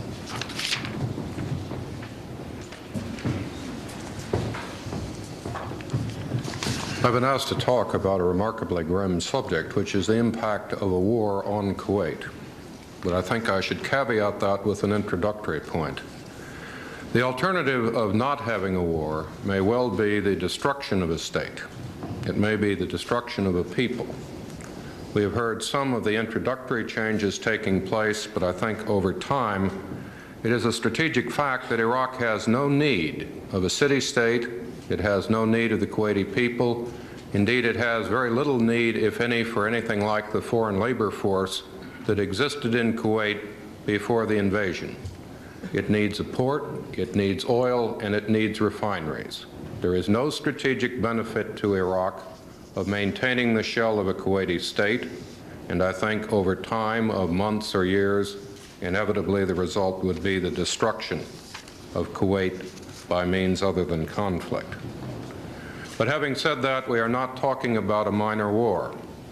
We are talking about well over 600,000 men, some 6 layers of defensive and counter-offense capability, more than 40 division equivalents, and in excess of 4,000 tanks, which are either deployed in Kuwait or will be deployed by some time in mid-January.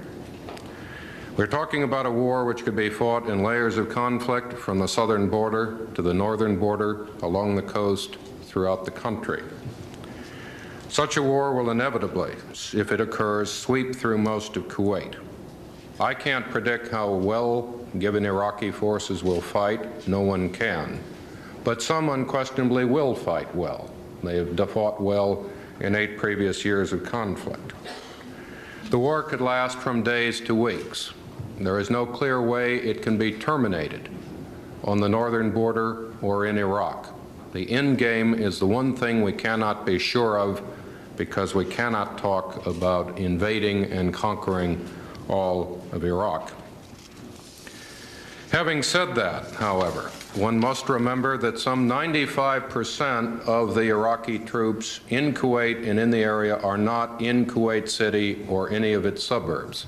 The primary defensive lines are not where Kuwaitis live or where there are homes. The primary areas of conflict will be in the central area and probably to the west. And before this conflict starts, there will be a massive air campaign. And there is at least the possibility that as Iraq suffers the devastation of that air campaign, it will terminate the conflict without a prolonged land conflict. I don't personally believe that that will happen, but it can happen. So what we are really talking to ultimately is not the damage to desert, but the damage to the Kuwaiti people and the damage to Kuwait's underlying wealth. Not things which can be quickly rebuilt, but the risk that Kuwait might lose its oil reservoirs or its oil capabilities over time. Let me begin with the kind of damage that might occur to the Kuwaiti people. We cannot rule out the prospect of hostages.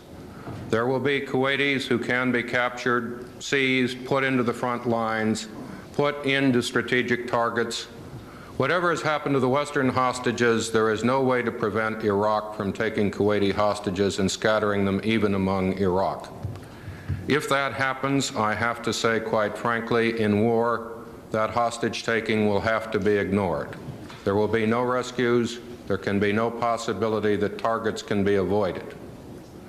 In this kind of war, war is only successful through shock, through decisive military action.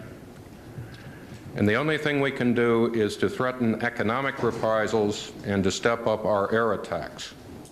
We cannot deny Iraq this option or rescue the hostages if it happens. In terms of the Kuwaiti people, we must also understand that there are very real and very serious risks. If Iraq chooses to make Kuwait City or any populated area a citadel, no one has ever found a solution to rapid urban warfare. It is fought street by street. Technology does not dominate. If you deal with a determined enemy, the only way to deal with that enemy is almost on a one-for-one basis. The most you can do is use artillery and tanks with infantry support to destroy buildings. If that happens, the risk to civilian casualties rises. There is no way to avoid this. It is a risk which, if Iraq chooses to fight in Kuwait City, and if its troops choose to fight well, we cannot avoid. Once again, our only option is to threaten reprisals, to step up strategic bombing against Iraq, and to increase the cost to Iraq to the point where it would not risk that kind of war. There is the risk of a scorched earth policy by Iraq, and I will discuss that in a moment. There is also the fact that we will have to inevitably destroy certain targets in Kuwait to paralyze the Iraqi forces. This means we will have to destroy the water plants in Kuwait, the desalination plants, any surplus fuel facilities that can provide rapid fuel supply, and any key infrastructure points which can be used to supply the Iraqi army.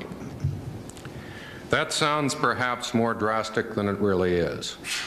Moving water quickly in to supply the Kuwaiti people, moving food quickly in to supply the Kuwaiti people is not that great a logistic task. The problem is one which can be dealt with, but it is not one that can be ignored. There is also the risk that as Iraqi troops retreat, we will see looting, pillage, murder, and rape. The history of Iraqi forces in disarray is not one of a well-disciplined and a well-organized army. There were in Iran atrocities. there will almost unquestionably be atrocities in Kuwait. I have to say, quite frankly, that everyone now in Kuwait who is a Kuwaiti or non-Iraqi will almost inevitably be forced to be part of the resistance, regardless of their intentions today.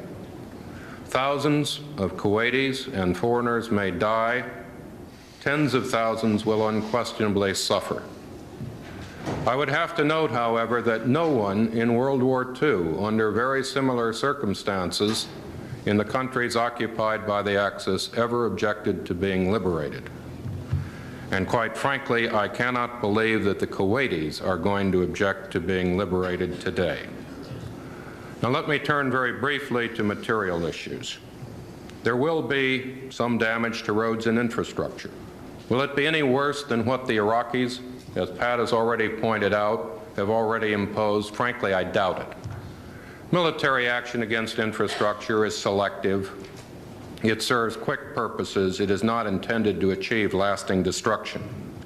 I mentioned the problem of water and fuel.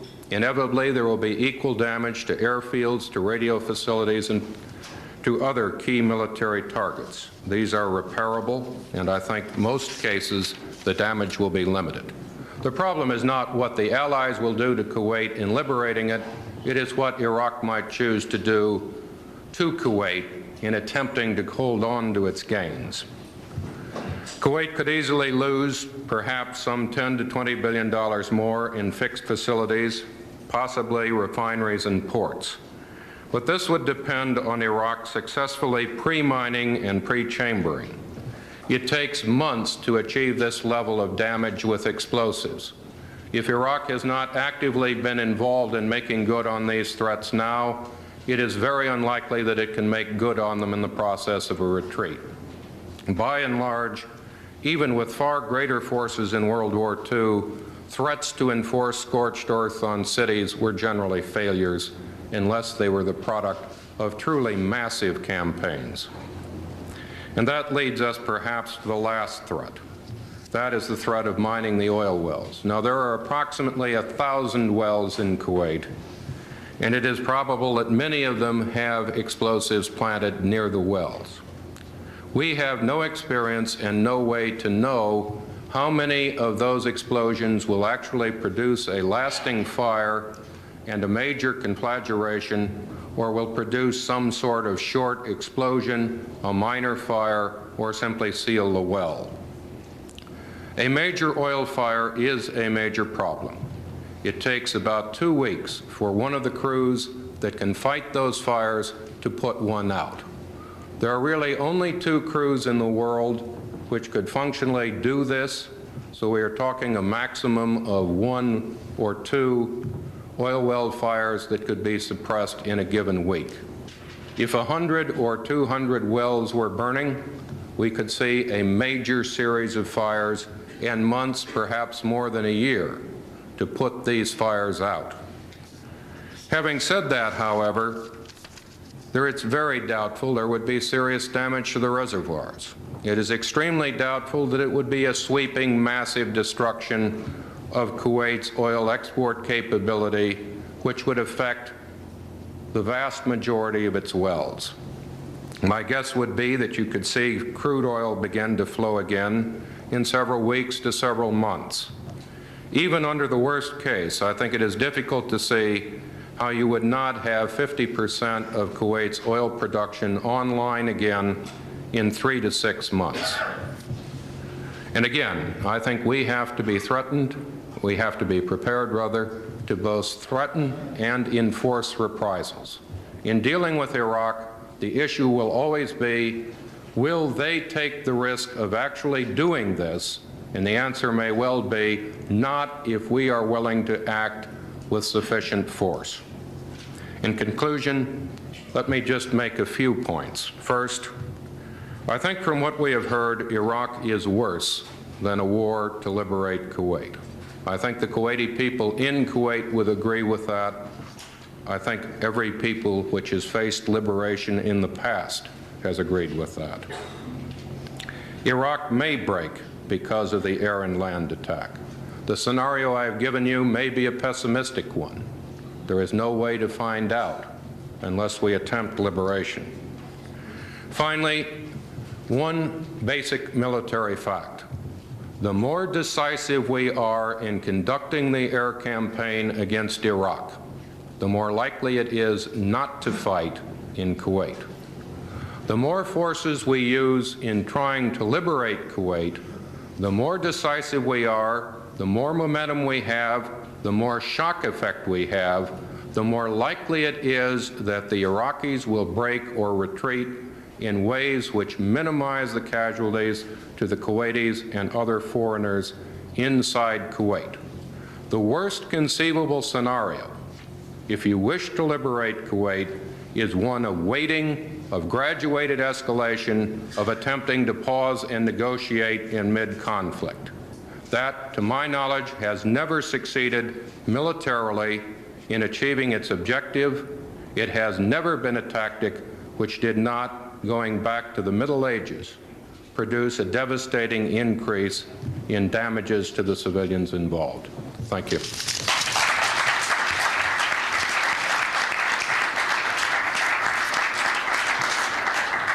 Thank you, Mr. Anthony Korsman. I think we have a time for a couple of questions. Any questions?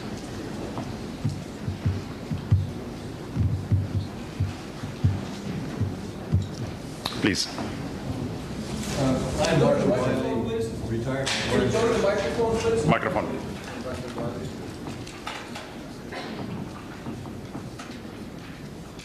Yeah, I'm Marshall Wiley. I'm retired from the U.S. Foreign Service. I'd like to ask Mr. Korsman, what are his estimates of the U.S. casualties that would be involved in an attempt to retake Kuwait? I've heard various estimates on this. This is a question which gets asked constantly, and the honest answer is we don't know till we fight. I think it is unlikely, given the assets we will have in the area, that you would see much more than 7,000 to 10,000 American casualties. Out of those, it is very unlikely that you would see more than 10% killed.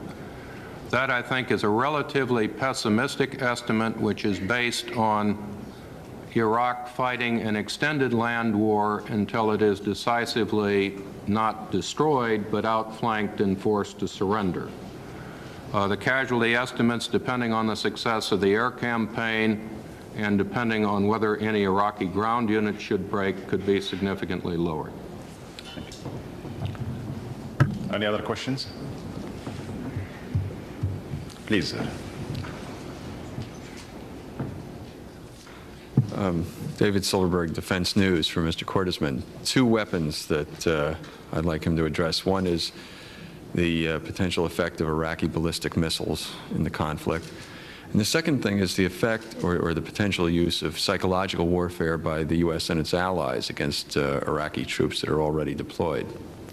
Has anybody thought of that? Is there any potential for weakening resistance using that? Well, let me take them in order. I don't believe that the Iraqi ballistic missile threat is particularly serious. The payloads are very limited. The number of missiles which can be launched over time is limited. While it would take time to suppress their missile sites, it would take them a lot longer to achieve any decisive military effects. Obviously, if they were to bring gas or biological weapons into the equation without using ballistic missiles, the war could be a great deal more serious.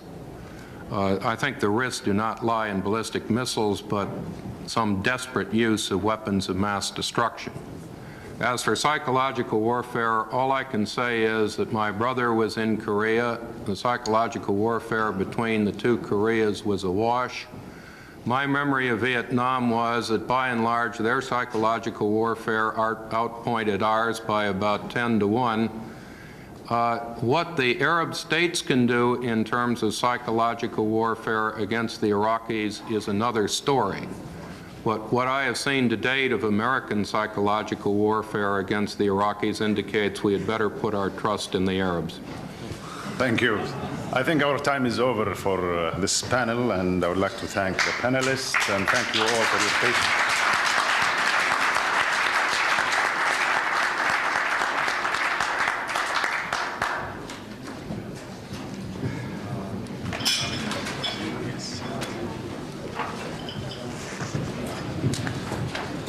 you.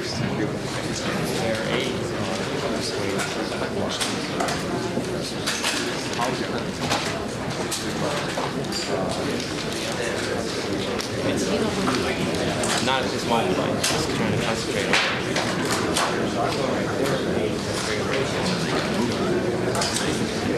There's no way you can't move.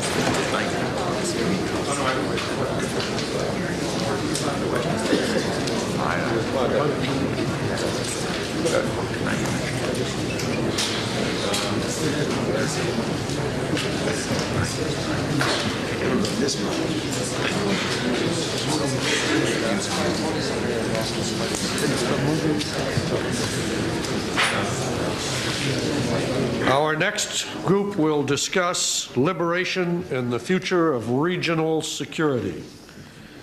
The moderator will be Dan Pipes, who is the director of the Foreign Policy Research Institute. Dr. Pipes received his bachelor's degree and his PhD from Harvard, both in history. He's traveled around the world, lived abroad 6 years, 3 years in Egypt. He's taught at the University of Chicago, at Harvard, and at the U.S. Naval War College. He's served in 3 positions at the Department of State, 2 in Washington and 1 in Geneva. Dan is the author of 6 books on the Middle East and Middle East affairs, with the foreign policy of the United States being centered in the Middle East, the crisis of the Middle East these days. He's become something of a media star, and those of you who watch the evening news or the McNeil Lair or all the other may be familiar with him. And as I say, he is the director of the Foreign Policy Research Institute. Dan Pipes.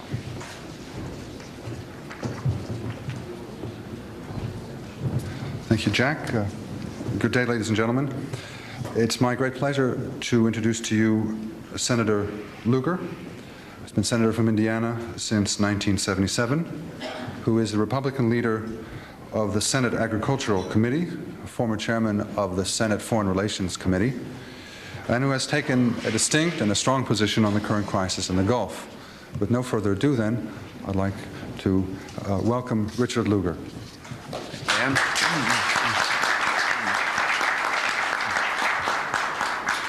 This panel discussion of Beyond Kuwait is one in which most of the discussion, either officially or unofficially, has been very sketchy.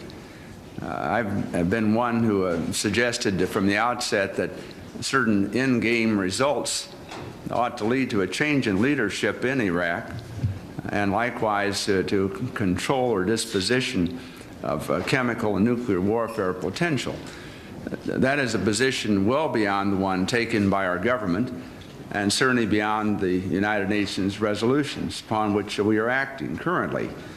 The President has been careful to make certain that in his own official pronouncements, those of the Secretary of State and others in our government, there was no ambiguity that we were working with the UN and we were working in fulfillment of those resolutions, which are to lead to Iraq leaving Kuwait and presumably to some type of conference or negotiations on the future of Iraq and Middle East security after that. Now, during a meeting of some members of Congress for the President last Friday, I took the occasion, as did others, to suggest that the agenda clearly for the President and his planners must encompass the post-withdrawal period. Clearly, as each of you logically would point out, there are 2 basic scenarios, one in which Saddam Hussein withdraws completely, partially, haltingly, but withdraws in some fashion, and the other in which he does not withdraw, and military sanctions, military action occurs, and conflict occurs and destruction occurs. In my judgment, our government does not have a firm position on the post-withdrawal or the post-war situation as the case, and needs to have one rapidly. Clearly, some basic elements of informal discussions include such thoughts as the sanctions continuing in part or in full as now imposed by the United Nations. Clearly, the sanctions having to do with military shipments into Iraq or anything of strategic military value to the country. In a visit that some senators had with ambassadors to the Permanent Five at the United Nations recently, we found general agreement among the ambassadors to the Permanent Five, as well as from Perez to KR, that it would be useful for sanctions to continue if serious negotiations were to go forward on some control of the nuclear and chemical options, as well as Iraq's place in the Middle East and in the general scheme of nations at that point. When pressed at Senate hearings, Secretary Baker has gone no farther than to say that these are important issues, that he envisions, as he has pointed out several times, a group of nations, probably those surrounding Iraq or generally in the neighborhood, being a group that would deal with Iraq, try to provide some security apparatus in negotiations with that country. The Secretary, when pressed, has never indicated officially or decisively that the United States would be one of those nations. So I suspect that from here on, I offer only my own personal points of view, which clearly are that the sanctions should continue in the event that there is even complete withdrawal by Saddam Hussein from Kuwait. Clearly should continue throughout any partial withdrawals, the totality of the sanctions of the United Nations. I believe firmly the United States ought to be involved in those negotiations and ought to be seriously considering involvement in a more permanent arrangement in the Middle East. This is a debate that I suspect our country was about to have generally in terms of the permanence of our involvement in military arrangements in Europe, with the continuation of NATO or what would follow, and likewise in the Asian theater. It may be, many feel, premature to discuss how the United States physically would be involved in the Middle East, precisely where United States forces would be hosted, be stationed over that period of time. It may be that a part of our policy has been not to frighten nations in the Middle East by suggesting a permanent United States presence, and the sensitivity of trying to host that sort of situation permanently would be too awesome and in a delicate situation such as we have now. And I understand that, but I, as a private senator, just offering points to you this morning, I believe the United States really has to be involved really in each of these theaters, and that the post-Kuwait period offers a remarkable opportunity for the setting up of a security system in the Middle East, which we have not had and which we would need to have in the same manner as such would be desirable in Europe and in Asia. It appears to me that we do need to see as a part of the end game the control of the chemical and nuclear potential of Iraq.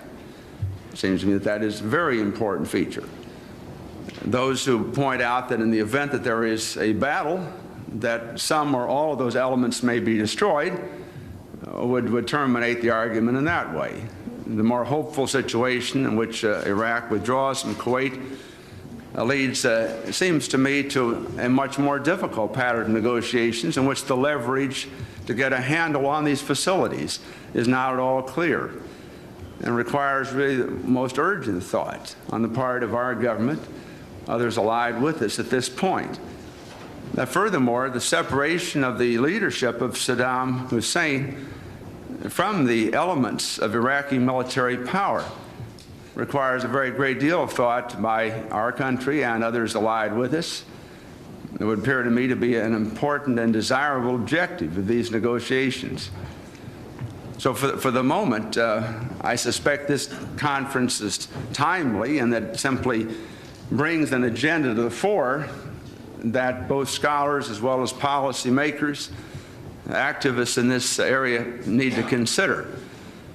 I know for a fact at this moment that the degree of consideration by our government in this area is is minimal, to say the least. The preoccupation with the current operations, the fulfillment of the UN situation is uppermost in our minds. But this is why I take this opportunity to say that I believe, first of all, the United States should be involved. I believe the leverage of the sanctions should be maintained in the event of a peaceful outcome of withdrawal. But very clearly, our final goals, it seems to me, still must be a downsizing of the Iraqi military, a separation of its leadership from those elements, and control over the nuclear and chemical elements. And failure really to come to grips with these, it seems to me, is to present additional problems down the trail that are very substantial. And they will be substantial not only for the Middle East, they will be substantial for this country. The United States has made an enormous investment of time and personnel in the Middle East. It will not pass without note that if we fail, at least having attempted to organize the countries of the world in this manner, and having had some success in deterring aggression against other states, and hopefully in making certain that the principle that aggression will have no rewards is established by withdrawal of Iraqi forces from Kuwait, to fail in the peaceful solution and the work out of some type of Middle Eastern security system would be a most egregious failure, given the momentum we have going for us in the organization to date. So I call upon our government, our colleagues in the Congress, to be helpful in helping to formulate a strong policy and to do the planning now as opposed to post-January the 15th or other appropriate dates. Thank you.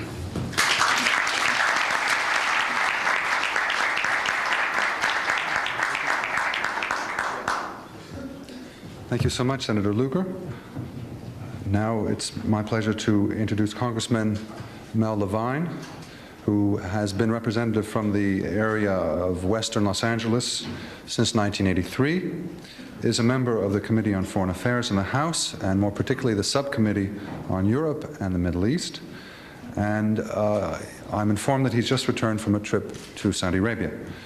Congressman Levine.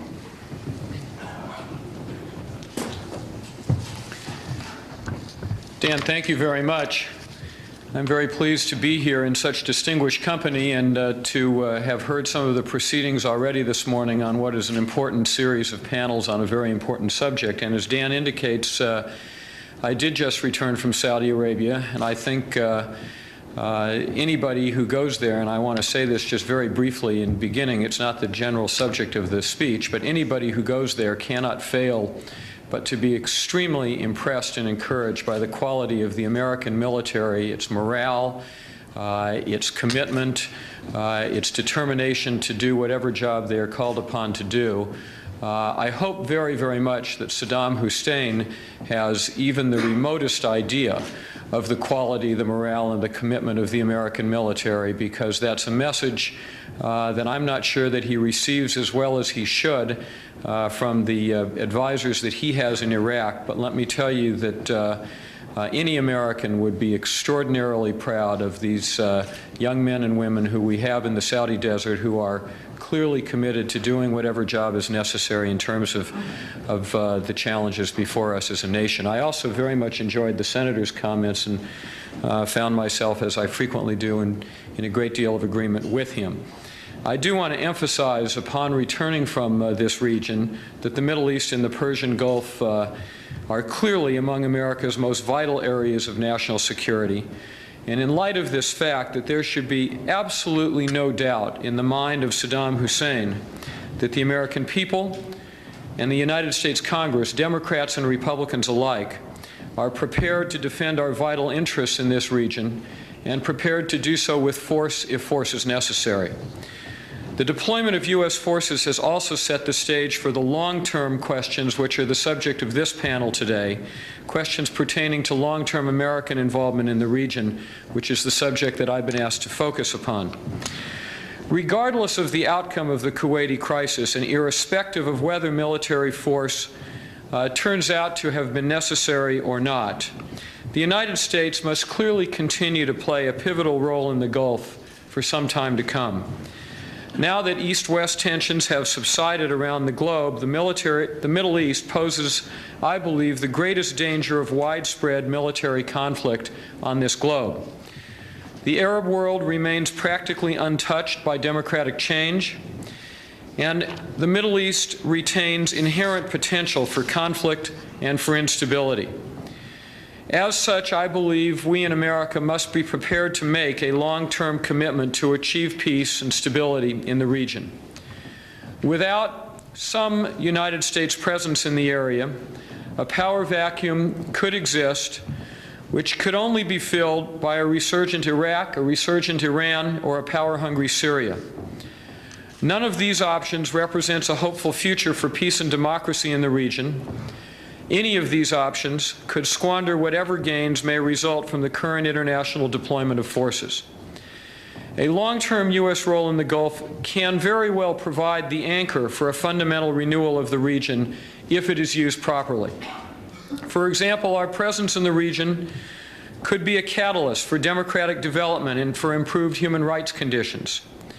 We should act to restrain rather than to encourage regional arms races in the long term in this region.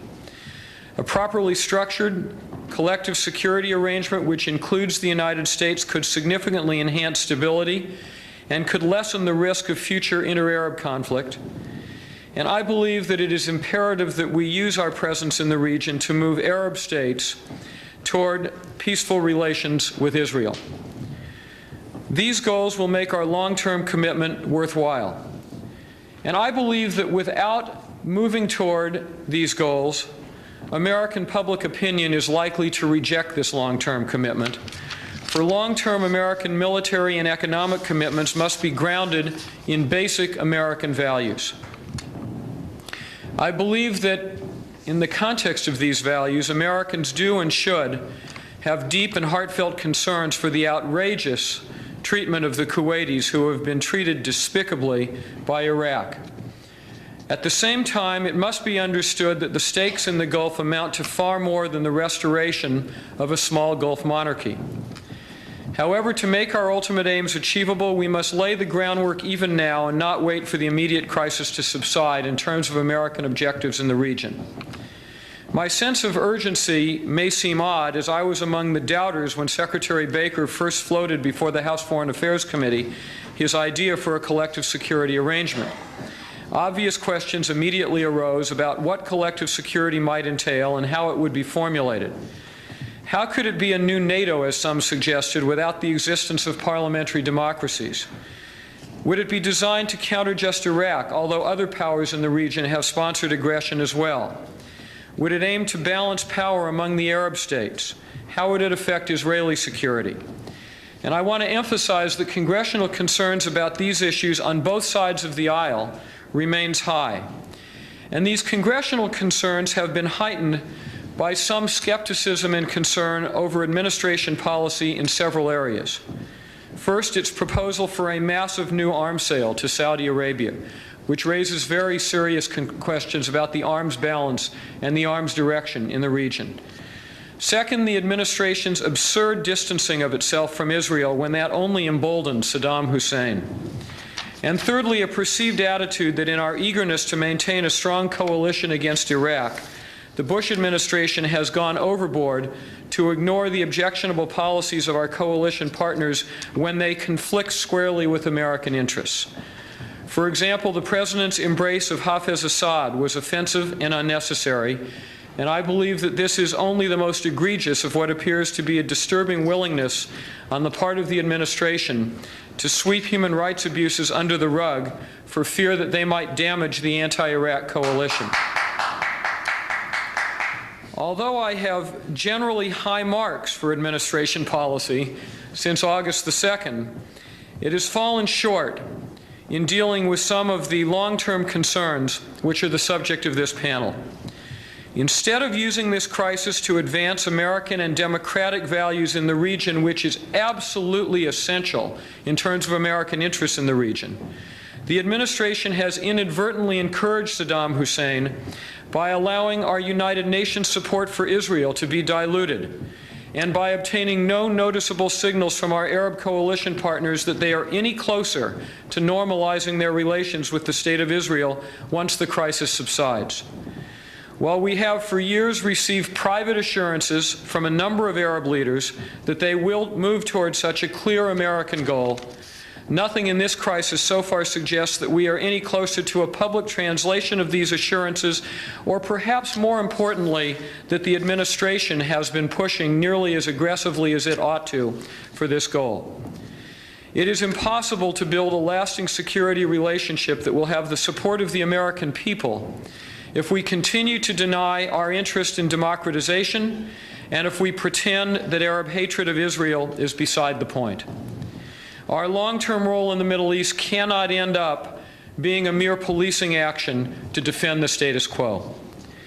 We must also realize that we cannot put together a lasting security arrangement for the Gulf by relying on a balance of terror among Arab powers.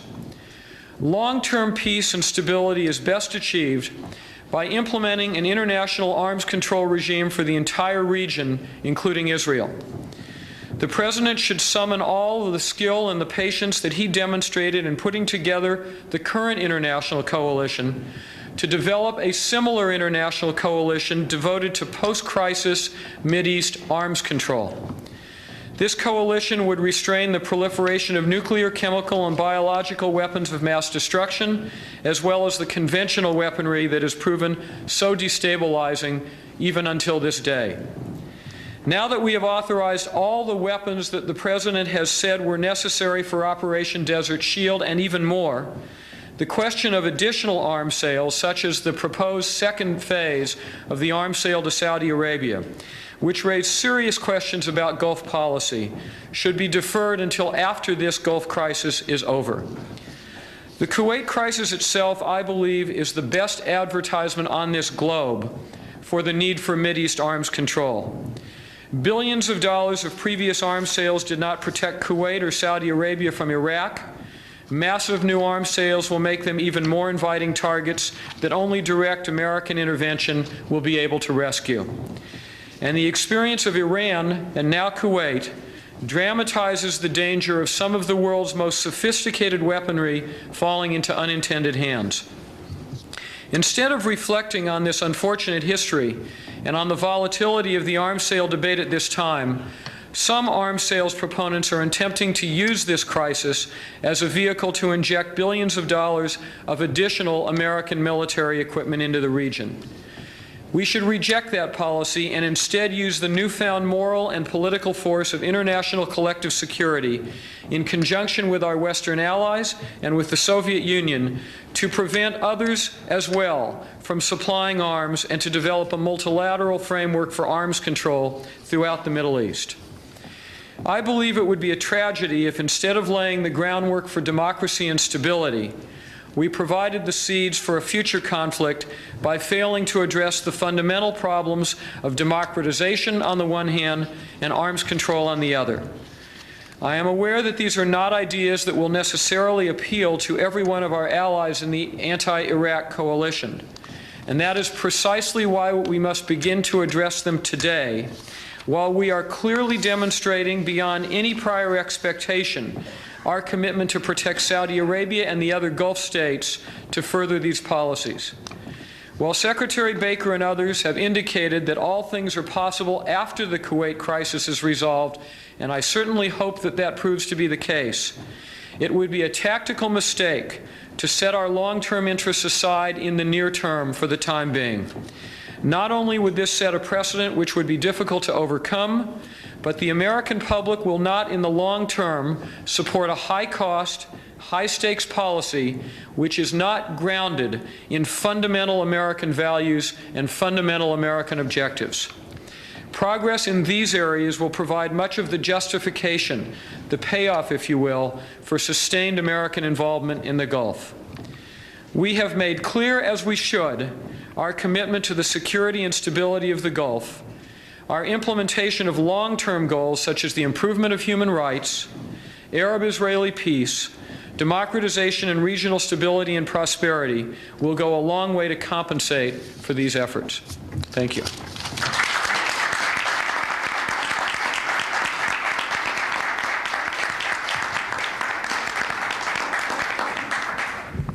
Thank you, Congressman Levine.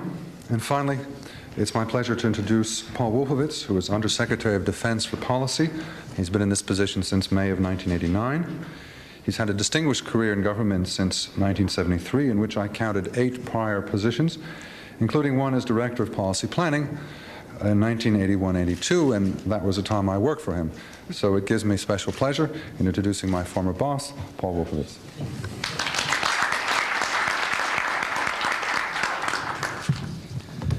Thank you. It's a pleasure to be here today and to be on the panel with 2 distinguished gentlemen like the 2 who have preceded me, and the kinds of considerations that they've been raising not only here today but in the Congress and in the general public, I think, are contributing very much to a debate that we have to have, a discussion that we have to have. I could not agree more strongly with Senator Lugar's comments about the need to look beyond the present and look to the future. Americans have taken perhaps a slightly unfair hit in the history books as people who focus on winning the war and forget about winning the peace. But certainly we're guilty as charged with respect to the aftermath of World War I. And I think we're fairly guilty with respect to how we conducted World War II, although it's certainly the case that afterwards we scrambled and put together a peace that, particularly with the hindsight of the dramatic events of the last year, suggest we did pretty well. But it's terribly important that we do well in this one also, and that the kinds of sacrifices that people are being asked to make, and possibly the even greater sacrifices they might be asked to make in the future, be rewarded by long-term security, long-term stability, and long-term progress. And I was struck, as Congressman Levine was, by the extraordinary quality and dedication and commitment of the men and women that are serving out there. And I was struck also by what I would call their vision, that when you ask them why they're there, it really almost invariably came down to, we have to make some sacrifices so that our people, our country, the world is safer in the future. And we all have a responsibility, I think, to make sure that that comes true. I would also add, just before I get into my prepared remarks, certainly don't want to get into debate with a friend here today, but I do think in defense of the administration, I think we have that balance in mind, but it is also important to recognize that the most important thing is to succeed in the short term. There will be no long term if we don't succeed in the short term. That does mean some friends, although I wouldn't use the word friends, but some associates is a better word that we might not be as close to in other times. But I don't think we've been swept off our feet. I think we have kept some perspective, and I think it doesn't hurt to be reminded from time to time about the need to do that. But the most immediate focus is how to get Saddam Hussein out of Kuwait, and if it becomes necessary to use force, how to do it in a way that minimizes the costs to Americans, American soldiers, airmen, Marines, and Navy. How we deal with the Kuwait crisis will determine the kind of security role we and other nations will play in this region for many years to come. It will also influence the framework of security relationships in the post-Cold War period. The end of the Cold War and how this interacts with the Kuwait crisis will have important effects on how the United States and its allies anticipate, prepare, and plan to meet security commitments into the next decade.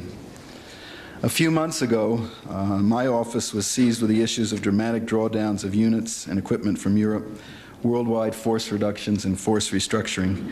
In fact, we prepared a briefing in anticipation of a major presidential speech. We prepared a briefing that Secretary Cheney and General Powell were going to take to the Congress about the reshaping of our force posture, and that briefing took place on the morning of August 2nd, but as you can imagine, there were a few other subjects on the agenda that morning.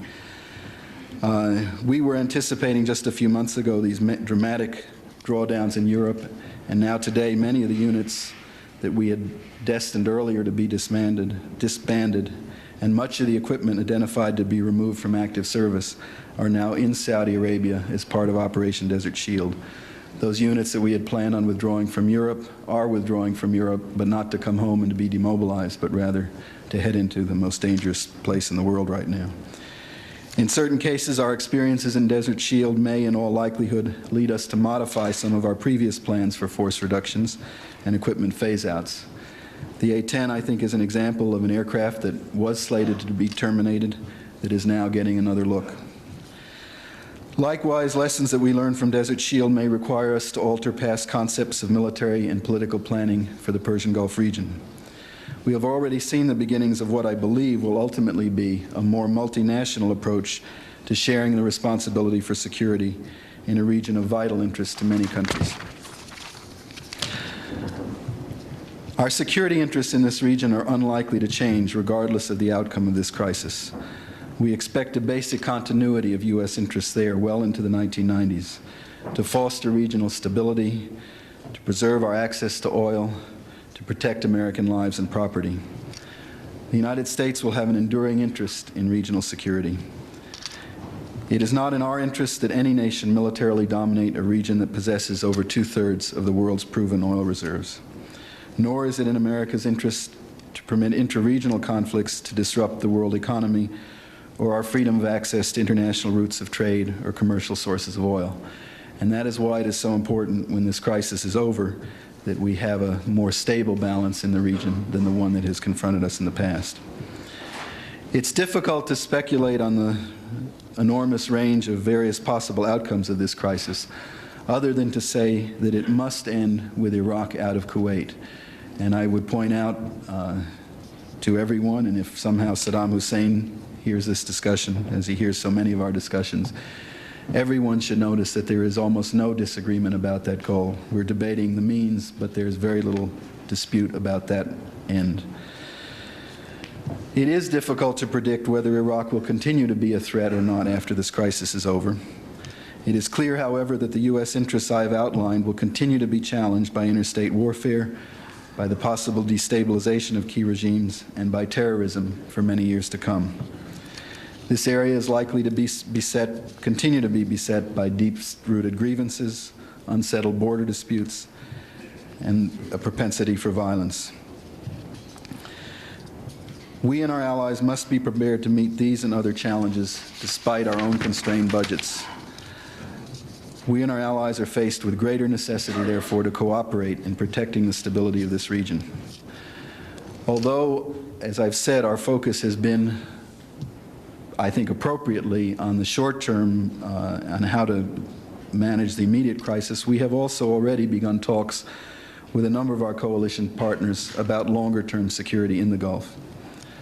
These discussions are still preliminary, and it's certainly much too early to comment or speculate on their outcome, other than to say that I'm encouraged by the prospects and by the realism that many countries are showing. Long-term security planning is, of course, somewhat scenario dependent. But the centerpiece, I think, of any post-crisis planning will be a strategy to contain any further Iraqi aggression.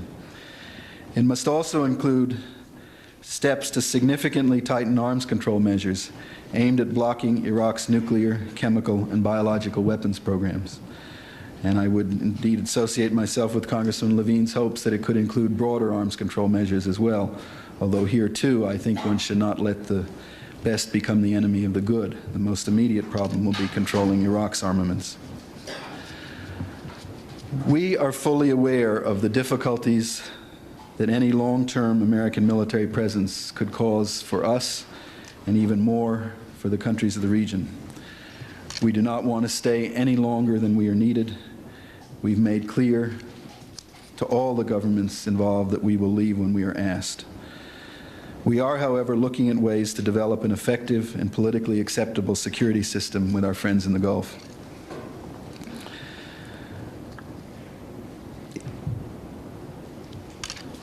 The political sensitivities and the wishes of those countries currently hosting Allied forces will largely determine the framework of future defense arrangements. Those may evolve within the context of an invigorated Gulf Cooperation Council as a continuation of the present coalition in some form, or more likely, I would think, some combination of the two. This crisis, I think, has demonstrated that the countries of the Arabian Peninsula will continue to need outside help to defend themselves against their stronger neighbors to the north. Some of that help may, perhaps undoubtedly will, have to come from us, but we certainly want to see this continue to be a coalition effort, indeed, if possible, to be more of a coalition effort in the future. The moderate Arab countries, Egypt particularly, have a particularly important role to play. If we ever do have to send U.S. forces to the region again, we need to be able to do so, I think, much faster than we did this time. What we did this time was extraordinary. I think you've heard statistics that in the first 5 materiel as in the first 5 months of the Korean War. The statistic that amuses me more is in that same period of time we moved a volume of cargo equal to the volume of the Pentagon itself, and some have suggested we would have done better to just move the building. It's been an extraordinary effort, and yet I think it's also clear, and clearer, it was clearer than we wanted to make it at the time, that it was too slow. If we ever have to go again, we have got to go faster. This could ultimately mean pre-positioning programs in some countries at the invitation of some Gulf countries. It might include the continued presence of some of the Arab forces already deployed as part of Desert Shield. It is also possible that post-crisis planning among the non-Arab coalition members may focus on developing logistical capabilities, particularly lift capability to deploy into the region if there is another crisis. This is clearly an area that needs improvement for a number of countries. Whatever its final form, I believe, it will be built on a principle strongly advocated by the Gulf states themselves, that the first line of defense protecting the Arabian Peninsula must be the responsibility of those who live there. This, I think, means providing the weaker states an ability to defend themselves, to put up that initial line of defense. And I think it includes improving Saudi defense forces to be capable of attriting and delaying an Iraqi armored advance during the first critical hours and days of an attack.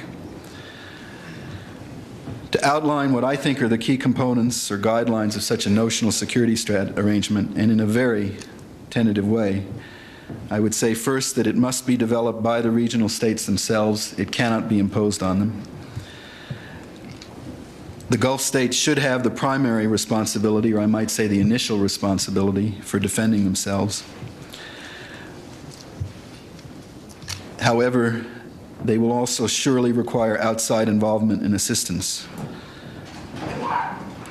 Third, our own ability to send reinforcements rapidly will have to be improved. But I would emphasize that there are many ways to do that without establishing a permanent U.S. presence in the region. And finally, the moderate Arab countries, Egypt particularly, would play a central role. The long-term implications of this present crisis for our military force structure, our future defense budget, U.S. planning, strategy, presence and security relationships in the region, and for our economic security are significant.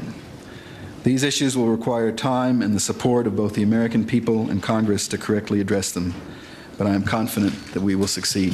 Thank you.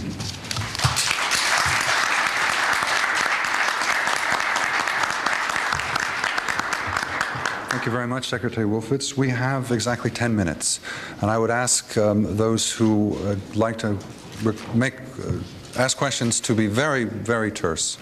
Please. I'm Amos Perlmutter, and I refer to my friend Paul Wolfowitz. First, we congratulate you for what you did, and I congratulate you for what I don't know you're going to do. And therefore, I'm going to ask you an easy question. Maybe that's not the time to ask it, but one should. It has strategic and explosive political implications.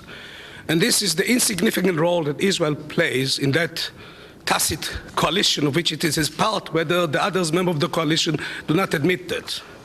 Everything is fine and dandy now. Israel should stay low. It has no intention to do things of its own. Nevertheless, if an airstrike will take place, and Saddam Hussein is desperate, and a missile flies to Israel, what is for Israel to do? To bomb the same areas that the United States did, or to do other? And what is therefore the coordination between the United States and Israel in such an outcome, being a tacit member of the coalition and being target number one of Saddam Hussein in the long run? I'm not going to answer the question, and I don't think you expected me to, but I'm delighted that you gave me the opportunity to say something that I think is very important.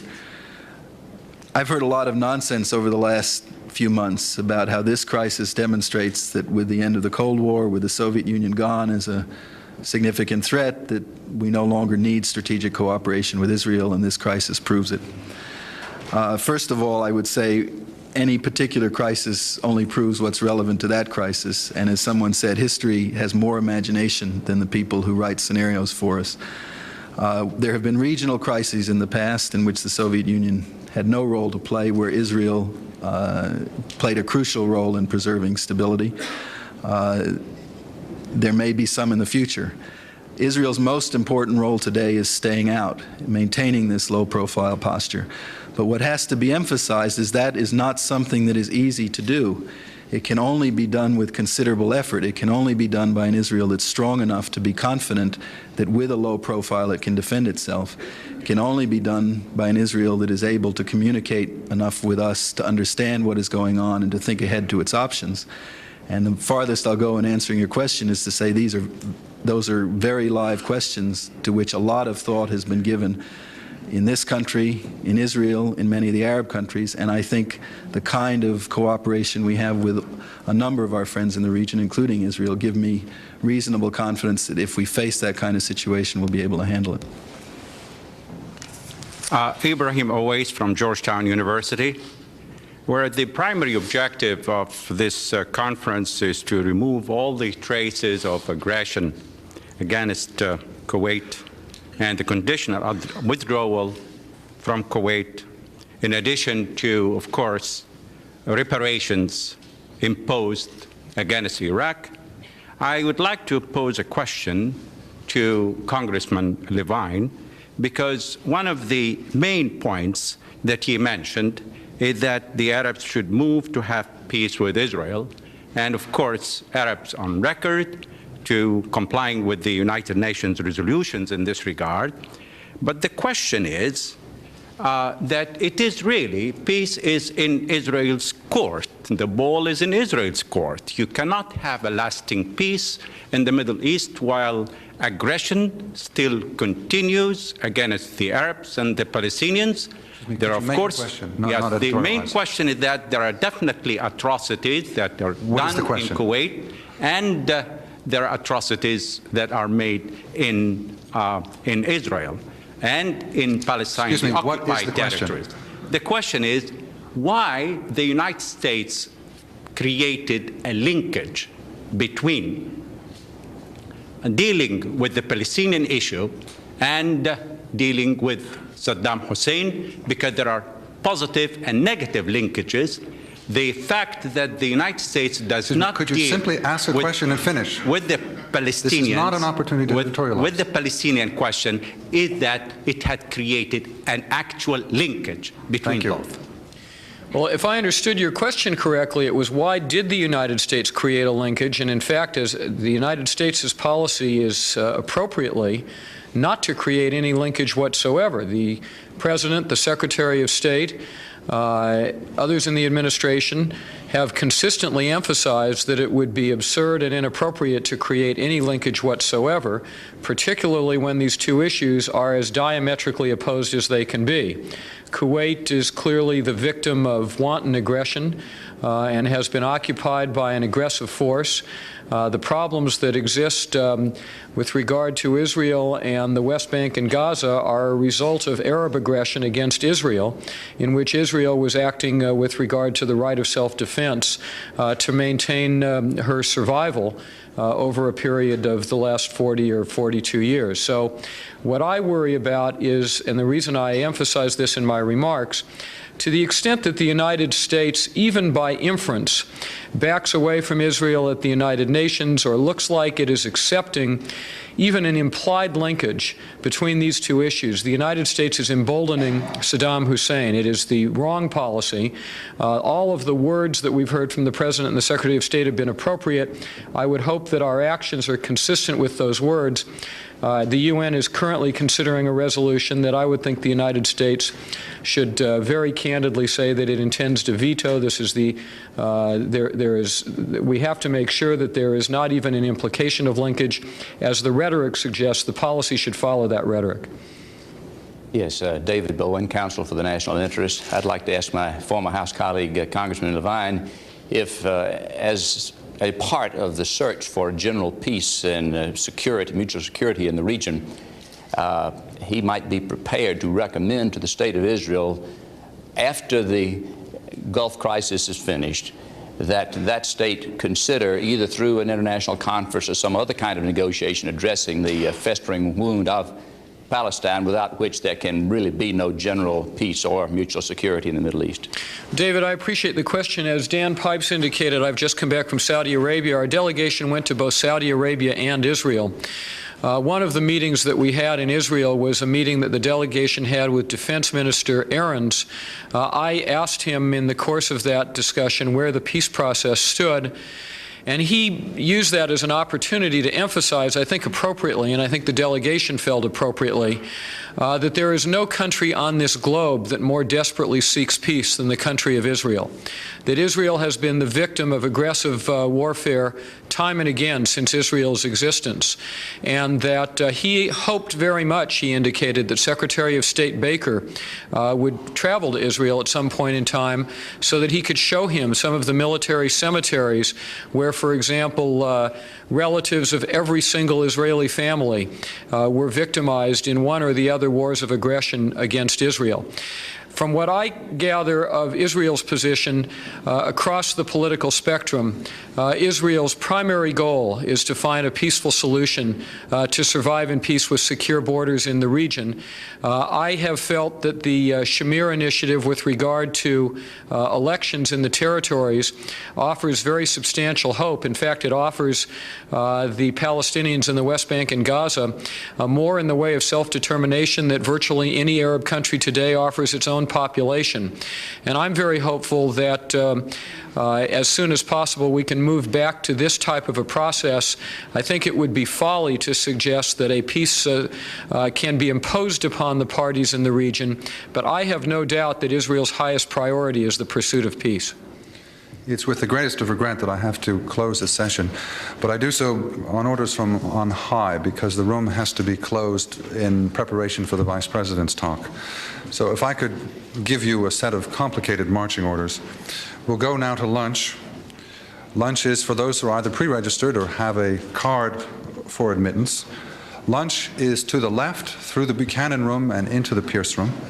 I ask you to leave your belongings here because you'll not be able to bring them back with you. The room is only for participants, not for their belongings. So please leave your papers here right now. The ballroom, this room, will be closed for an hour until 1:15. Lunch will be over at 1:15. I ask you to go to the lunchroom with dispatch, to return to, please, one more minute, just a little bit of logistics.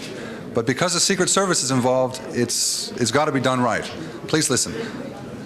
You need to go to the ballroom, to the lunchroom to the left now and return at 1:15. Appreciate you doing it with dispatch. Please leave your belongings in this room. Thank you very much. David, always good to see you.